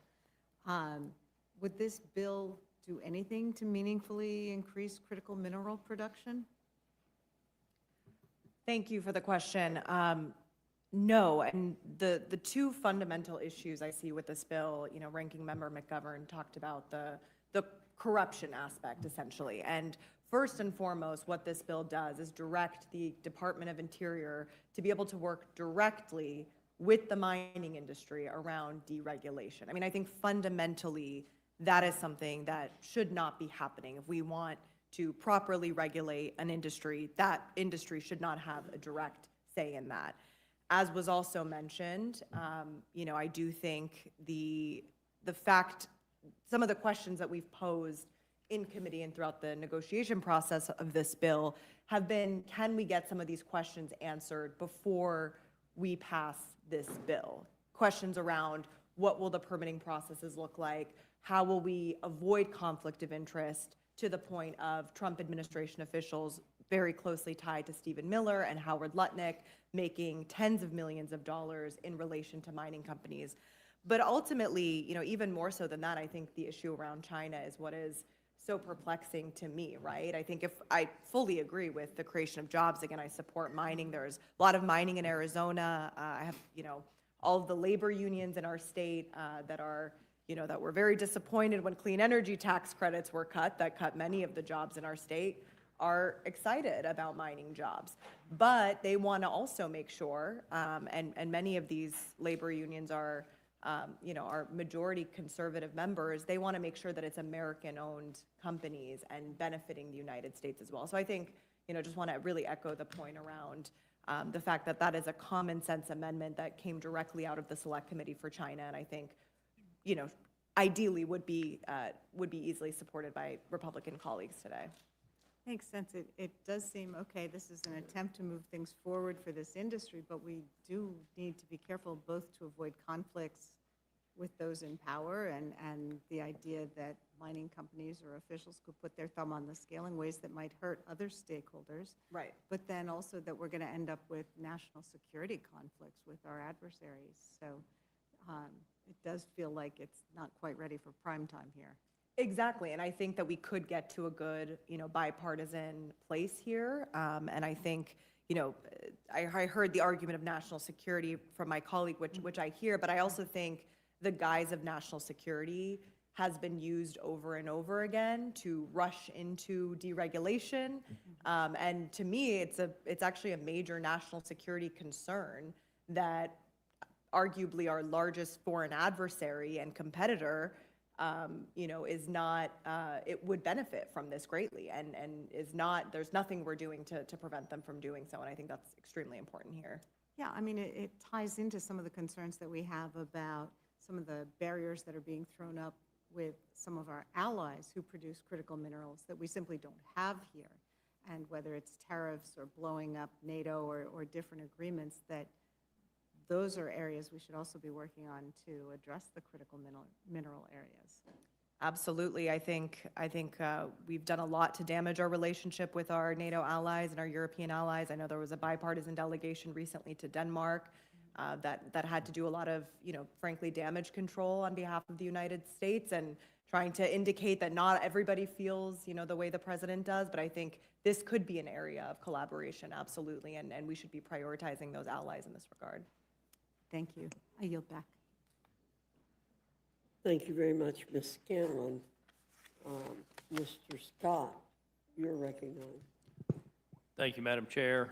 I think that the mining industry is extremely important for the United States of America. Heard a lot of nonsense from the other side, from people that like to kill jobs, but Mr. Stauber, do you have anything else that you'd like to say?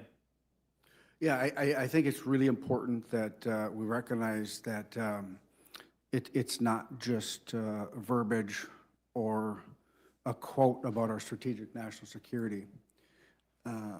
We cannot rely on foreign adversarial nations any longer. COVID taught us so much. And look at what's happening with the critical minerals and rare earths right now. The Communist country of China is stopped selling globally 6 rare earth minerals that we need in our everyday life, right? And so we have the opportunity to mine it here with our environmental, our labor standards. Again, Mr. Scott, it's going to be mined somewhere. We got to mine it here. I don't agree with exporting our environmental guilt to other countries to put in our electric vehicles or what have you. That's exactly what's happening, though. 100%. And so, and again, we, in my opinion, we have the ability, we have the will, we have to take the political science out of this and have the facts and the true science lead us in critical mineral mining in the United States of America. And Minnesota and Alaska and other great states have the opportunity to do it. When we lead, we win. I couldn't help but laugh when I think it was the governor of New York that said now she's for nuclear power. Finally, couldn't ignore the science anymore, could she? I support this legislation, Madam Chair. With that, I yield back. Thank you very much. Ms. Leisure-Fernandez. Thank you, my good friend, Madam Chair. And I'm going to, since we already talked about the problem of the Republican bills refusing to address the fact that we keep allowing our foreign adversaries, I'm going to go on a different tack. And that is, we know that under Trump, utility prices have skyrocketed, right? And it's you know, we read it up again, Madam Chair, I'll enter into the record. Energy bills in U.S. have increased 13% since Trump took office, new report finds. Without objection. Thank you, Madam Chair. And I think that that's part of the problem is we're seeing an administration that it continues to take policies that increase costs for Americans, but then don't provide any protections for Americans. And this is the tension. We're not saying we shouldn't do mining. We're saying we should do mining responsibly. And since I come from a mining state, I know these issues. And I know that when the mining companies got to say what the rules were, our groundwater was contaminated, our surface water was contaminated, and Madam Chair, you know that in North Carolina and South Carolina, there is a lot of water that's been contaminated by mine sites. Now, what's happening now is it's a lot better, right? Because there have been regulations put in place. And my problem with this bill is that it now says, mining companies, you get to say what you want to do. And we know that mining companies, if we let them make the choices, they're going to do what is best for their short-term profits and not for the long-term benefits of our citizens. And I know Madam Chair is very concerned about water issues. In New Mexico, despite the fact that you have more water than we are, we're very concerned. Does this bill do anything to help keep our water and waterways clean? Representative Ansari. No, and exactly what you mentioned, Congresswoman, this bill explicitly directs the administration to solicit industry feedback on regulations that they see as burdensome and to implement a plan to roll back each quote-unquote unduly burdensome action. So all of that will happen without any public or tribal consultation. It's deregulation for and by the industry, which has catastrophic consequences, and we know that. And industry support also doesn't mean that it is in the best interest of the American people. I think that is extremely, extremely concerning. I think history has shown us that. And I think this argument around jobs, this bill is not a job creator. It's simply deregulation for and by the industry. And I think it's very rich to be talking about quote unquote killing jobs from Republicans when the reconciliation bill last year literally killed hundreds of thousands of clean energy jobs across this country.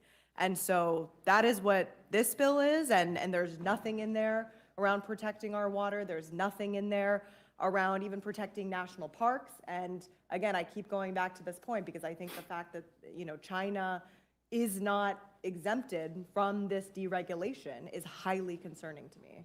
Right. And I think that that's what we go back to. In New Mexico, we have stronger environmental regulations than other places. We have stronger methane regulations than across the border. I have the Permian Basin.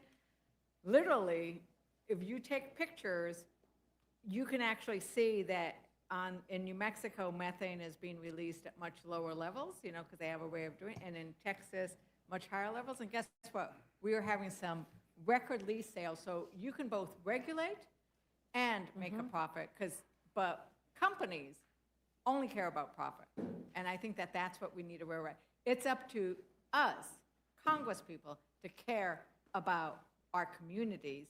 And sadly, Democrats seem to be the only ones caring about both jobs and keeping our waters clean so that we have water to drink and water to utilize for the essential aspects of life. Is there anything else you want to add, Representative Ansari? No, I think we covered it. Thank Okay, you. thank you. I yield back, Mr. Chairman. Thank you very much. Gentlelady yields back. Now recognize the gentleman from Virginia, Mr. Griffith. Oh, that would be me for his time of questioning. So a lot of times I don't ask questions or I don't say anything, but every now and then I get wound up. And unfortunately, this bill's got me a little wound up. We heard earlier that there was a question, will critical minerals be mined immediately under this bill? The answer is obviously no, because it takes a long time to get a mine set up, if you understand mining. Isn't that correct? Average in the United States, 29 years. Yeah. Now, we hope to shorten that a little bit, but it takes a while to get a mine set up of any type. And so if you pass a bill today to make it easier, it's not going to happen immediately. Then we heard that utility bills have gone up 13% since Trump has taken office. It's been a little over 12 months. Let me tell you how utility bills go up. And it's not, you can't look at the first 12 months. What you have to do is you go back in time. I was elected on a pro-coal platform because of electric bills. My district, the region that I represent, in the 1990s was the third lowest electric bills in the country because they relied on coal. Now, I know this isn't the coal bill, but it got me stirred up. They relied on coal to do their electricity. Then all of a sudden we came in with Barack Obama's war on coal. Prices had been going up a little bit, and then all of a sudden, boom, it made it harder to mine the coal. It made it harder to use the coal in electric generation. And guess what? We have some of the higher coal prices, or some of the higher electric prices today. And part of that reason is that all the companies that used to rely on coal are rapidly transitioning over, as policy dictates, to other sources. And natural gas at this moment is cheaper because of fracking. When I was first elected, everybody, in fact, one of my power companies was building a facility to bring in natural gas imports. And then suddenly, horizontal drilling and fracking came about, and the price of natural gas dropped precipitously. That is a competitor to coal, but depending on the month, coal can compete and will compete. Furthermore, we have taken our coal-fired power plants and we've made it difficult for them to continue to operate, and companies don't want to reinvest in upgrading those plants because they're afraid that somebody will come along, whether it be the state or federal legislation or federal executive orders, and tell them they have to shut down. So when people start saying utility bills have risen 13% since Trump took office, you have to look back in time. Now, I'm not saying you have to look back 29 years, but you have to look back in time. This is not a result of Trump policies. This is a result of Green New Deal policies. This is a result of the war on coal. This is a result of the war on fossil fuels and stranding assets. When you take a facility that was cut the ribbon on it, I was there in 2012 when the ribbon was cut, supposed to have a 50-year life expectancy, and the state legislature is trying to shut them down well before the 50 years is up. Those folks have to then reinvest in new things, and maybe it's a good thing, but they have to reinvest in something like, offshore wind. It's exactly what they did. And guess what the ratepayer gets to do? They get to pay for the old facility and the new facility, and then they want to blame that on Republicans who fought against these policies? I can't sit here and let that happen. I've got to bring it out. Did I say anything that you disagree with, Mr. Chairman? Chair Griffith, I appreciate your comments. I do want to talk about something that I think was. All right, let me give you that in a second. Do you disagree with anything that I said? I don't. All right. Now, is there something else you'd like to say? Thank you, Mr. Chair. I would like to correct the record, if I may. This does nothing to the NEPA regulations. It does nothing to affect the Clean Water Act. It does nothing to negatively affect the Clean Air Act, and nothing to the Endangered Species Act. These are four critical pieces during the permitting process that both the state and the federal look at. So this legislation doesn't diminish any of that whatsoever.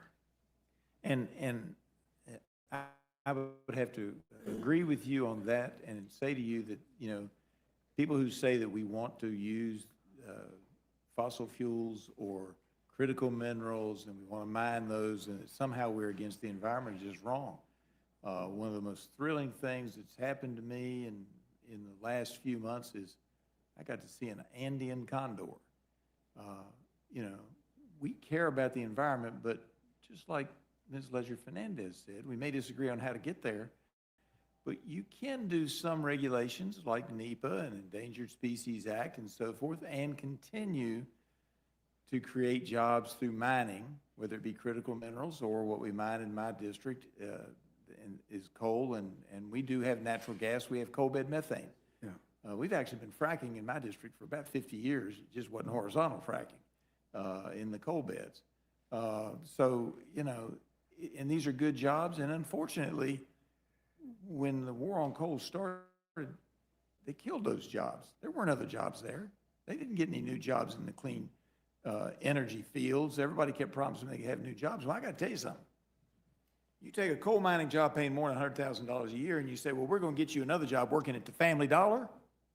There's nothing wrong with working at the Family Dollar, but it doesn't pay what it pays in the mining industry. Go ahead. Mr. Chairman, I got to tell you that my good friend from New Mexico has the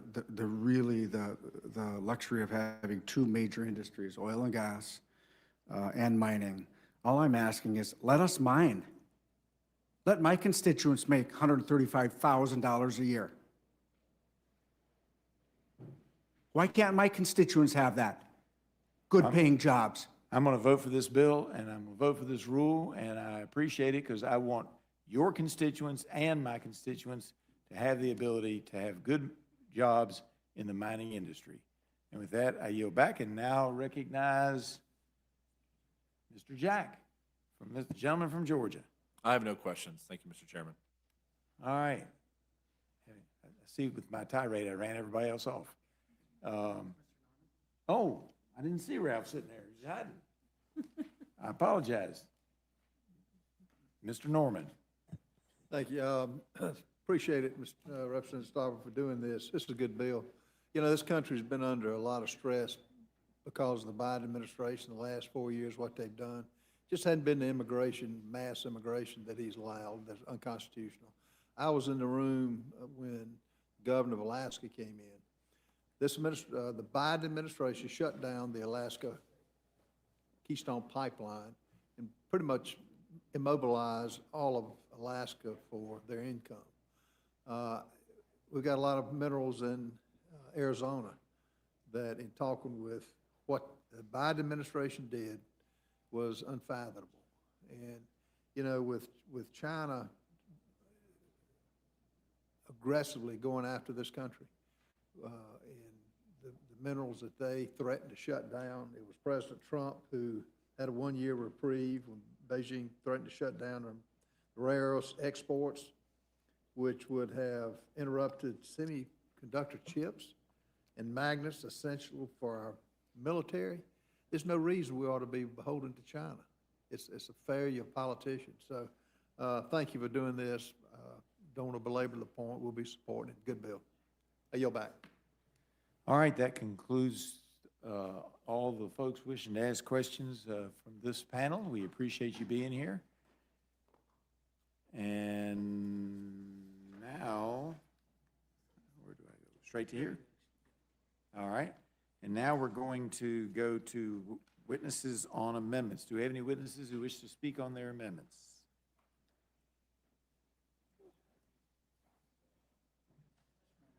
Amendments, yes. Come on up if you want to talk about an amendment. Come on up.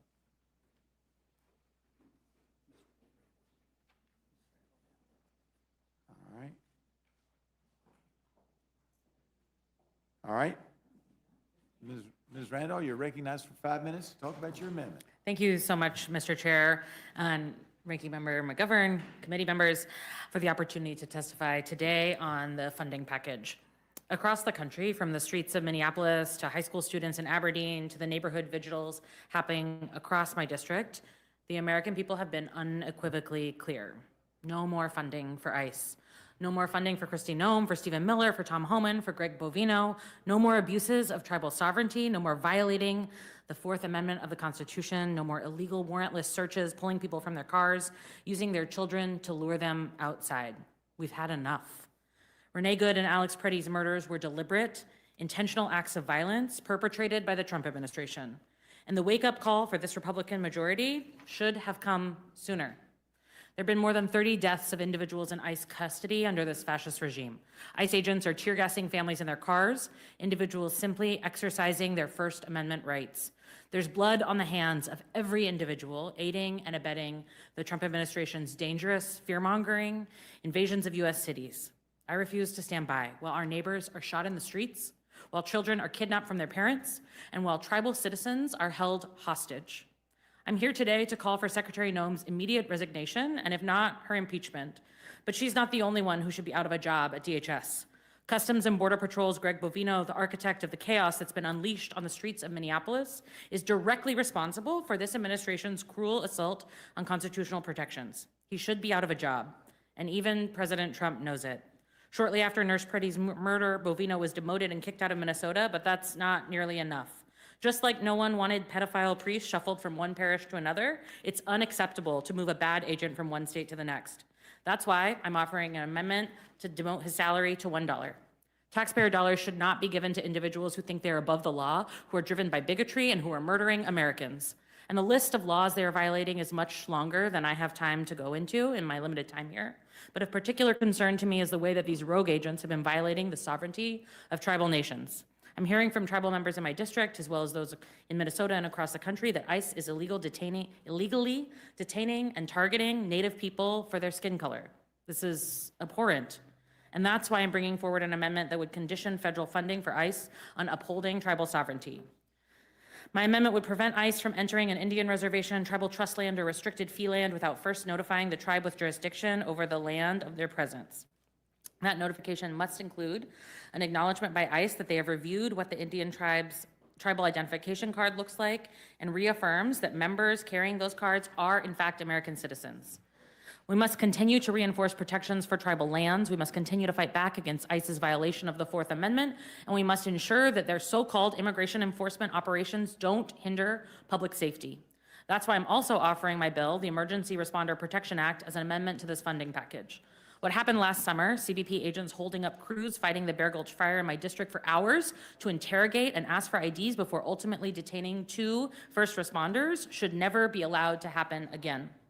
I've met with local officials from across the country who are scared this will happen in their communities next, which is why I introduced the Emergency Responder Protection Act and will keep fighting for it to become law. And this brings me to my final point about why there is no other option than to remove Secretary Noem from office. She is so obsessed with dressing up in tactical gear and posing for photo shoots with weapons that she has completely forgotten the important emergency response functions at DHS. I know some of my colleagues are wary of voting no on this package because it would also withhold funding for other DSH agencies like FEMA, but let's be real. Those other agencies are also suffering with Kristi Noem at the helm. Under her leadership, she's been dangerously undermining the safety and resiliency of our communities dealing with disaster. FEMA has frozen critical funds like the BRIC grant program, held up billions in disaster relief, and treated disaster response as political gamesmanship by punishing states and arbitrary withholding funds. The communities in my district who are experiencing more and more frequent flooding desperately need those funds. That's why I also have an amendment to condition this funding package on releasing all of the frozen FEMA BRIC grant funding, because Secretary Noem is dangerous. She's dangerous for the American citizens. She's dangerous for immigrant communities. She's dangerous to local governments who are simply trying to protect lives, property, and infrastructure in the face of a worsening climate crisis. I urge this committee to include my amendments in the funding package. And finally, I want to note my support for Representative Summer Lee's amendment to the Clinton contempt resolution to hold Attorney General Pam Bondi in contempt. Thank you so much for your time. Thank you very much. Gentlelady yields back. Ms. Fishbach? I have no questions. No questions. Mr. McGovern? No, I support your amendments. I thank you for coming here. But as you have probably learned by now, on appropriations bills in particular, this majority has not been particularly open to allowing there to be debate and votes on the House floor, which is, again, why what is happening now is far from regular order. But I appreciate you being here, and I yield back. Gentleman yields back. Now recognize the gentleman from Georgia, Mr. Scott. Mr. Scott has no questions. Ms. Scanlon? No questions. Now we're coming to me. I appreciate it. And it has nothing to do with you, and they keep telling people this. You have what is technically a Holman amendment to reduce a salary to $1. Except, while technically correct that you could reduce it under Holman to $1, it's been driving me crazy because legislative services tells everybody that. Oh, this is what you do. Except it's in violation of other laws, state and federal wage laws related to minimum wage. The purpose of the Holman rule is to rearrange the agency. And in the process of doing that, you can either eliminate a position or reduce the salary, but you can't reduce it in violation of other laws. Now, that's not your fault. That's the drafters of these things, and both sides have put them in, and I've gotten to where I'm voting present on them. I used to vote against them just because they're not written right. So anytime anybody on either side wants to write a Holman rule provision, come to me and I'll help you draft it. I'll probably vote against it, but I'll help you draft it so it gets drafted correctly. That's all I wanted to say was procedurally, it drives me crazy. And Legislative Services, Mr. Ranking Member, has told everybody that's what you do. It's just, it doesn't work legally, and it's not the way the Holman rule is supposed to be used. Can I make a radical suggestion? Yes, sir. Make her amendment in order. You can make that case on the House floor, and we can debate it, and you can vote no. No, I've been voting present on them because I like to see people using the rule as the guardian or shepherd of the modern usage of the Holman rule. I like to see people using it, but I'd like to see them use it correctly. So anyway, I appreciate that, but I probably won't make this one in order. Thank you, Mr. Chair. If I may, really Yes. quickly. I appreciate that education, as a brand new member of Congress, so learning the ropes around here. What I will say is that what I'm hearing from my constituents and the constituents of folks in red and blue districts across the country, they're frustrated by the lack of rules, or by the lack of tools, the ability to safeguard the rule of law, the Constitution, and they are crying out for us to do something. And I would just say that is what Holman's for. It's just not been applied when you got advice on how to do it, and they do it to everybody, so it's not just you. And so I don't want anybody to think that this was Oh, no, your I don't feel error. attacked. I don't feel Okay, attacked at all. because that's not the case. This is the legislative services thing. All right, I yield back. And now recognize Mr. Nagus. Well, I thank the chairman, and I thank the gentlewoman for her amendment and for being here. I certainly support her amendment. I just want to take an opportunity because, you know, my colleague, my good friend from South Carolina, was not here earlier to hear my diatribe against this particular bill. He could listen to it later. And, well, I thought I'd give him the opportunity to be able to hear it, perhaps an abbreviated version to give it again. And so to the amendment that you proposed, Ms. Randall, which I think is both appropriate from the perspective of imposing accountability, but also fiscally responsible. And I wonder if you would describe this minibus as a fiscally responsible bill. Do you think that's? I do not. You do not. I agree with you. I don't think it's a fiscally responsible bill either. You know, earlier you were not here for some of the exchanges, but we had a very robust exchange with the Appropriations Chairman about the fact that this bill actually exceeds the Fiscal Responsibility Act budget targets from 3 years ago and includes hundreds of millions of dollars of earmarks. I mean, one in particular I found was $1 million for repairing elevators at the New York Met Opera, which, I don't know, the people of South Carolina, I guess, are going to be on the hook for that. I don't know, perhaps if Mr. Norman, I'm happy to yield a moment to you if you'd like, on behalf of the people that you represent in South Carolina. Look, earmarks are the cancer of this country. Earmarks on both sides, particularly with how, if you spearhead, if you pinpoint those in South Carolina, pinpoint those across the nation and other states, it's horrible. That's what's bankrupting this country. So you're voting no on the rule? On the rule for no. The earmarks that you disdain? Earmarks, my package was turned down. This is with everything going on with President Trump, with the accomplishments he has made with tariffs, money. It's just Trump. It gets much worse if this gets turned down. All right, Mr. Norman. I mean, I find it fascinating because, you know, one can take this principled stand on earmarks and we can't possibly allow for this proliferation of domestic spending. And then when given the opportunity to take a principled position, one-word answer, Trump, right?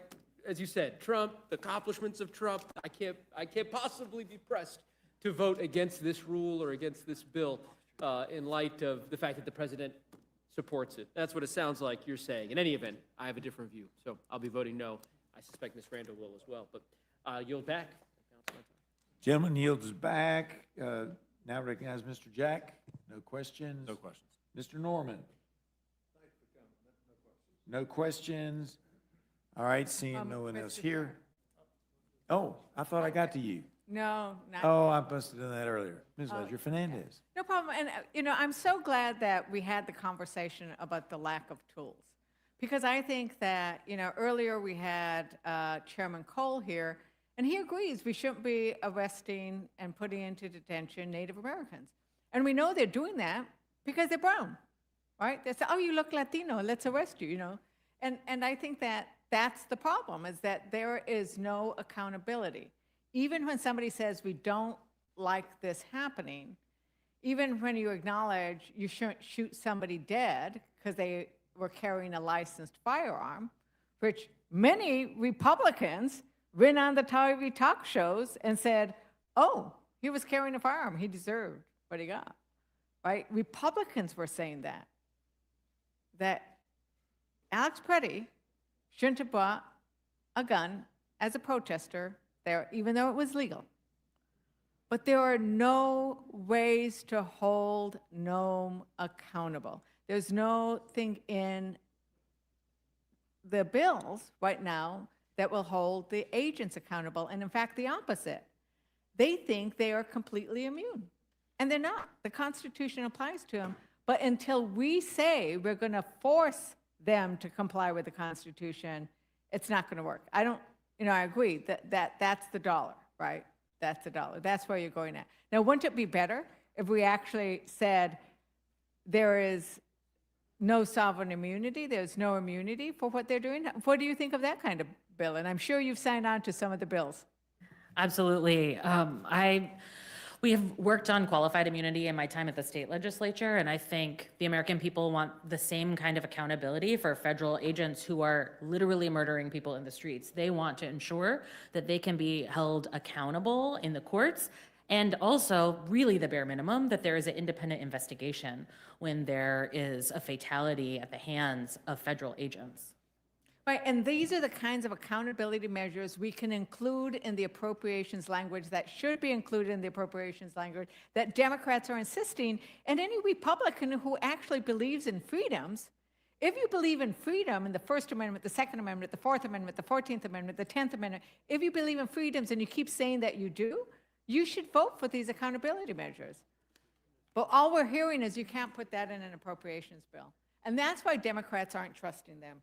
And I think that that is the problem that we have. Now, Mr. Chair, I'd like to request a unanimous consent. Please state it. Mr. Chair, I request unanimous consent to enter into the record written testimony from Representative Salinas in support of Amendment Number 24 to the Senate Amendment to H.R. 7148, which would hold the federal government civilly liable when CPB or ICE officer violates an individual's constitutional government. And this is the thing, is if they're violating your constitutional rights, there should be a means of holding them accountable. Without objection, the testimony is Yeah. submitted for the record. Yeah, and I think that that's the thing, and that's what you're also getting at. And so I appreciate you coming here to testify, clarifying that this is the kind of thing that exists for every other law enforcement, and actually exists for federal law enforcement officers until we had Kristi Noem and Donald Trump as president, where they're saying the laws don't apply to us. That's the frustration. The laws apply to everybody, and let's make that happen. And with that, Mr. Chair, I yield back. Gentlelady yields back, seeing no one else wishing to ask questions. We appreciate you being here. Thank you so much. All right. The committee stands in recess, subject to call of the chair. I don't know. Question was how long? I don't know.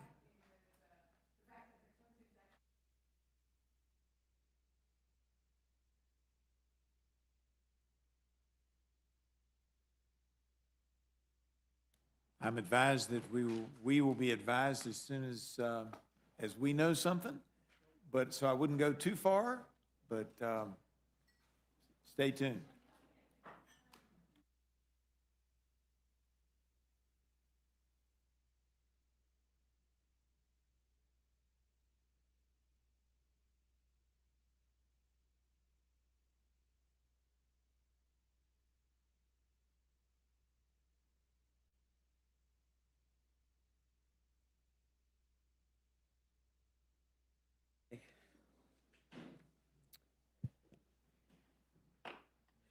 The committee will reconvene.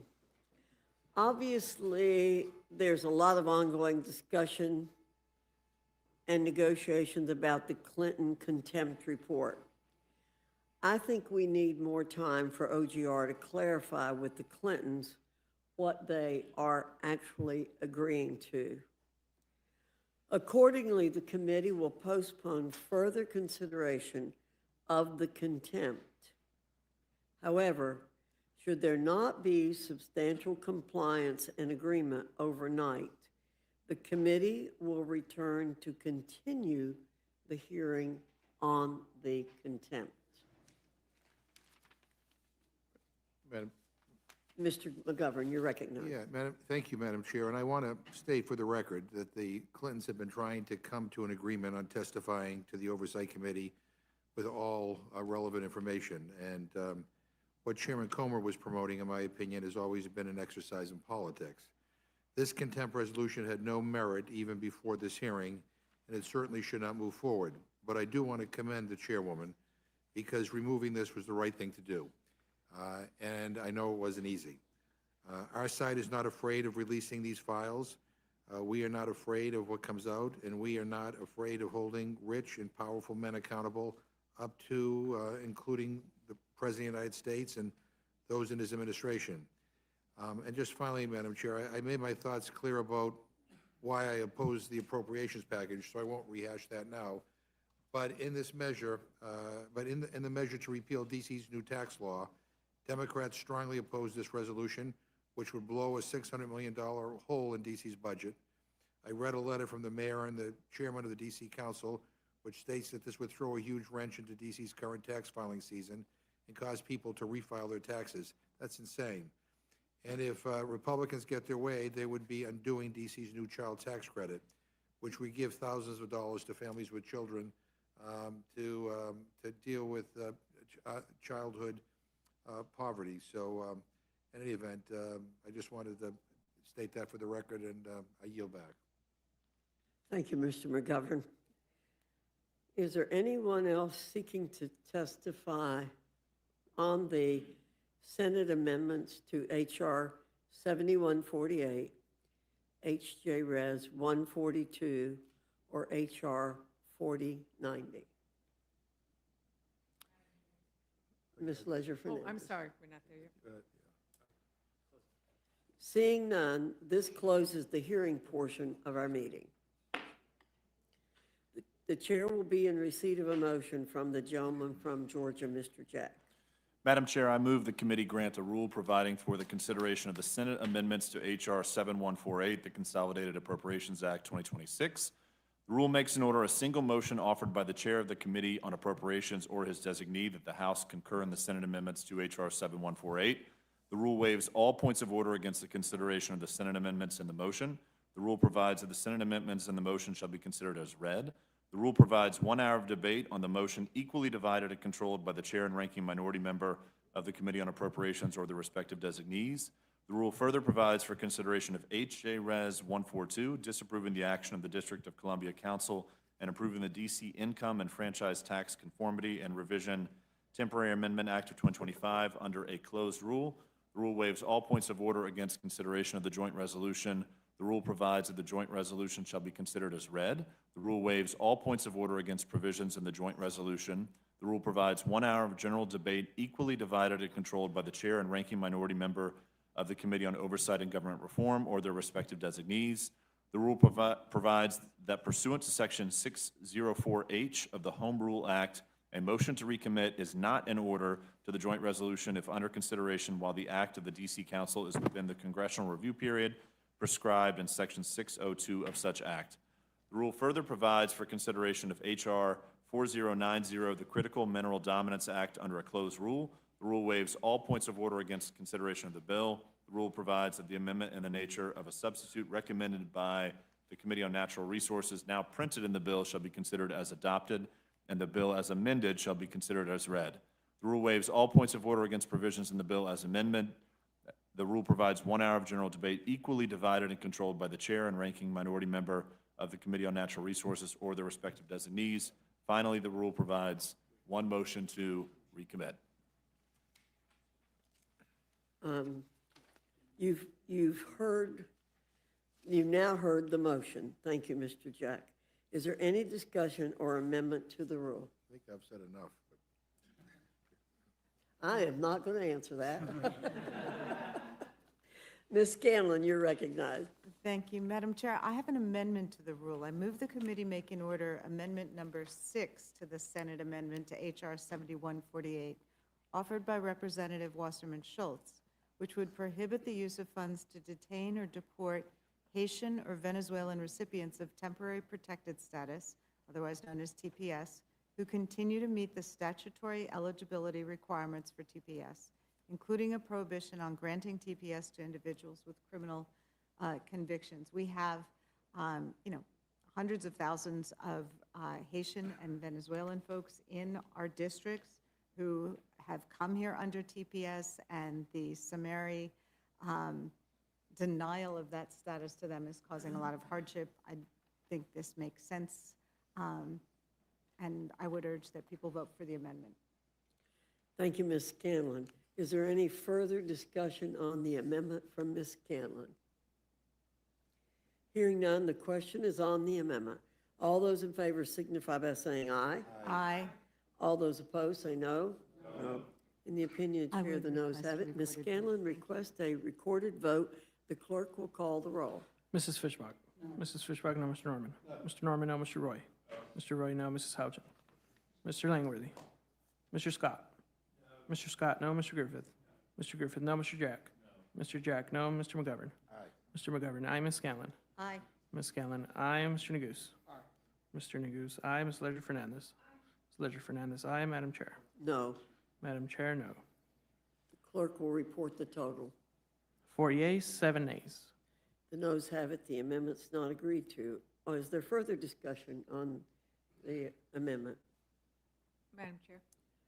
Ms. Ledger Fernandez, you're recognized. Madam Chair, I have an amendment to the rule. I move the committee make an order amendment number 24 to the said amendment to H.R. 7148, Consolidated Appropriations Act 2026, offered by Representative Salinas and myself, which would hold the federal government civilly liable when a CBP or ICE officer violates an individual's constitutional right, creating a cause of action against the federal government.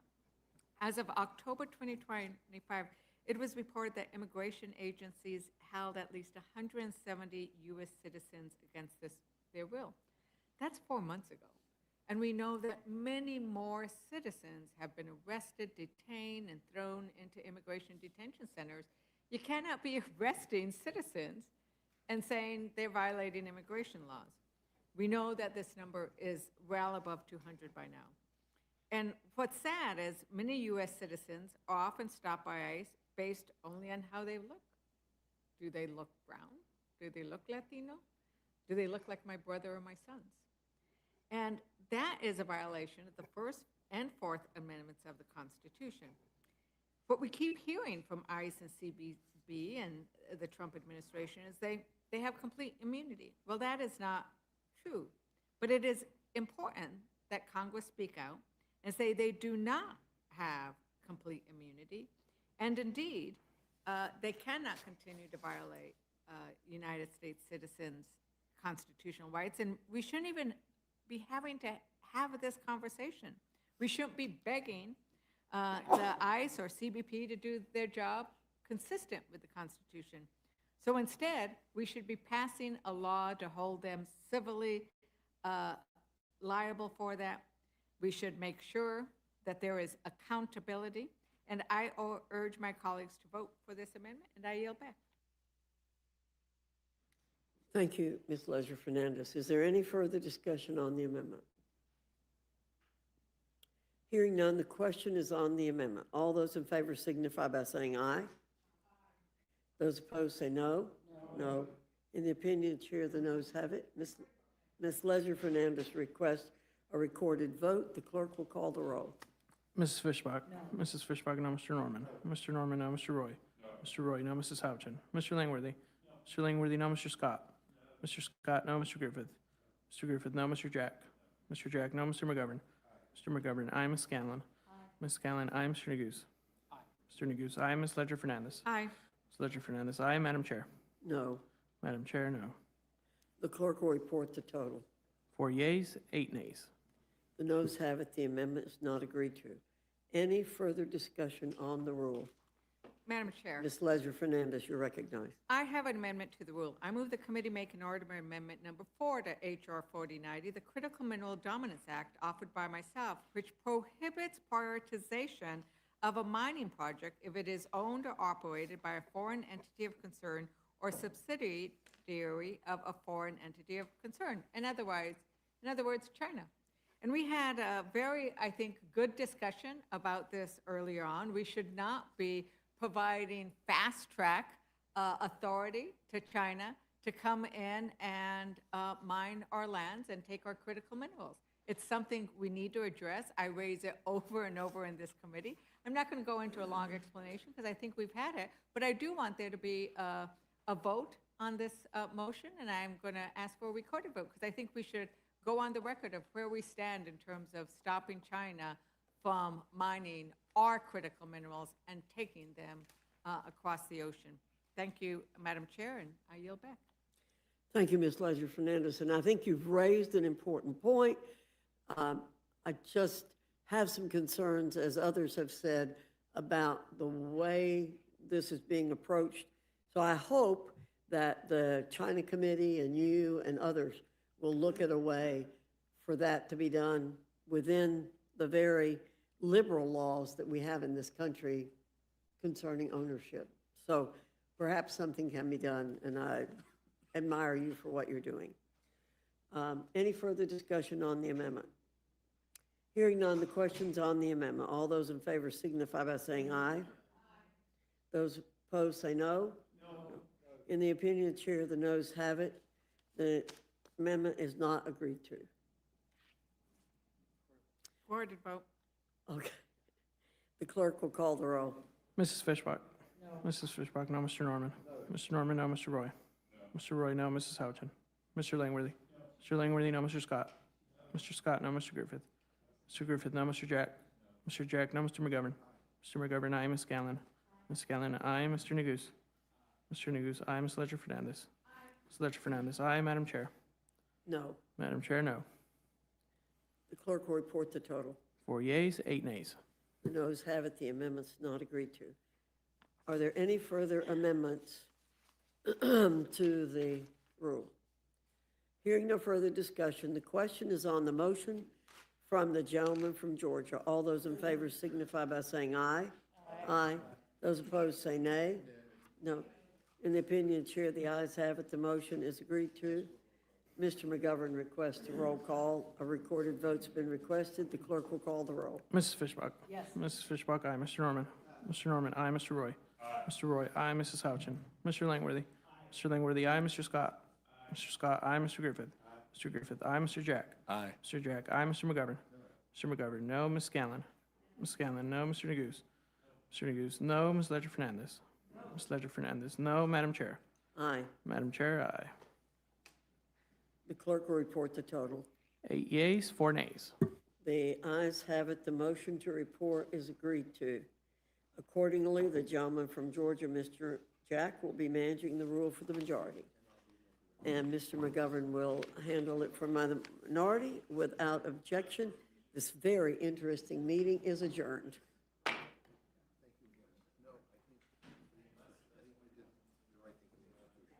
I do too.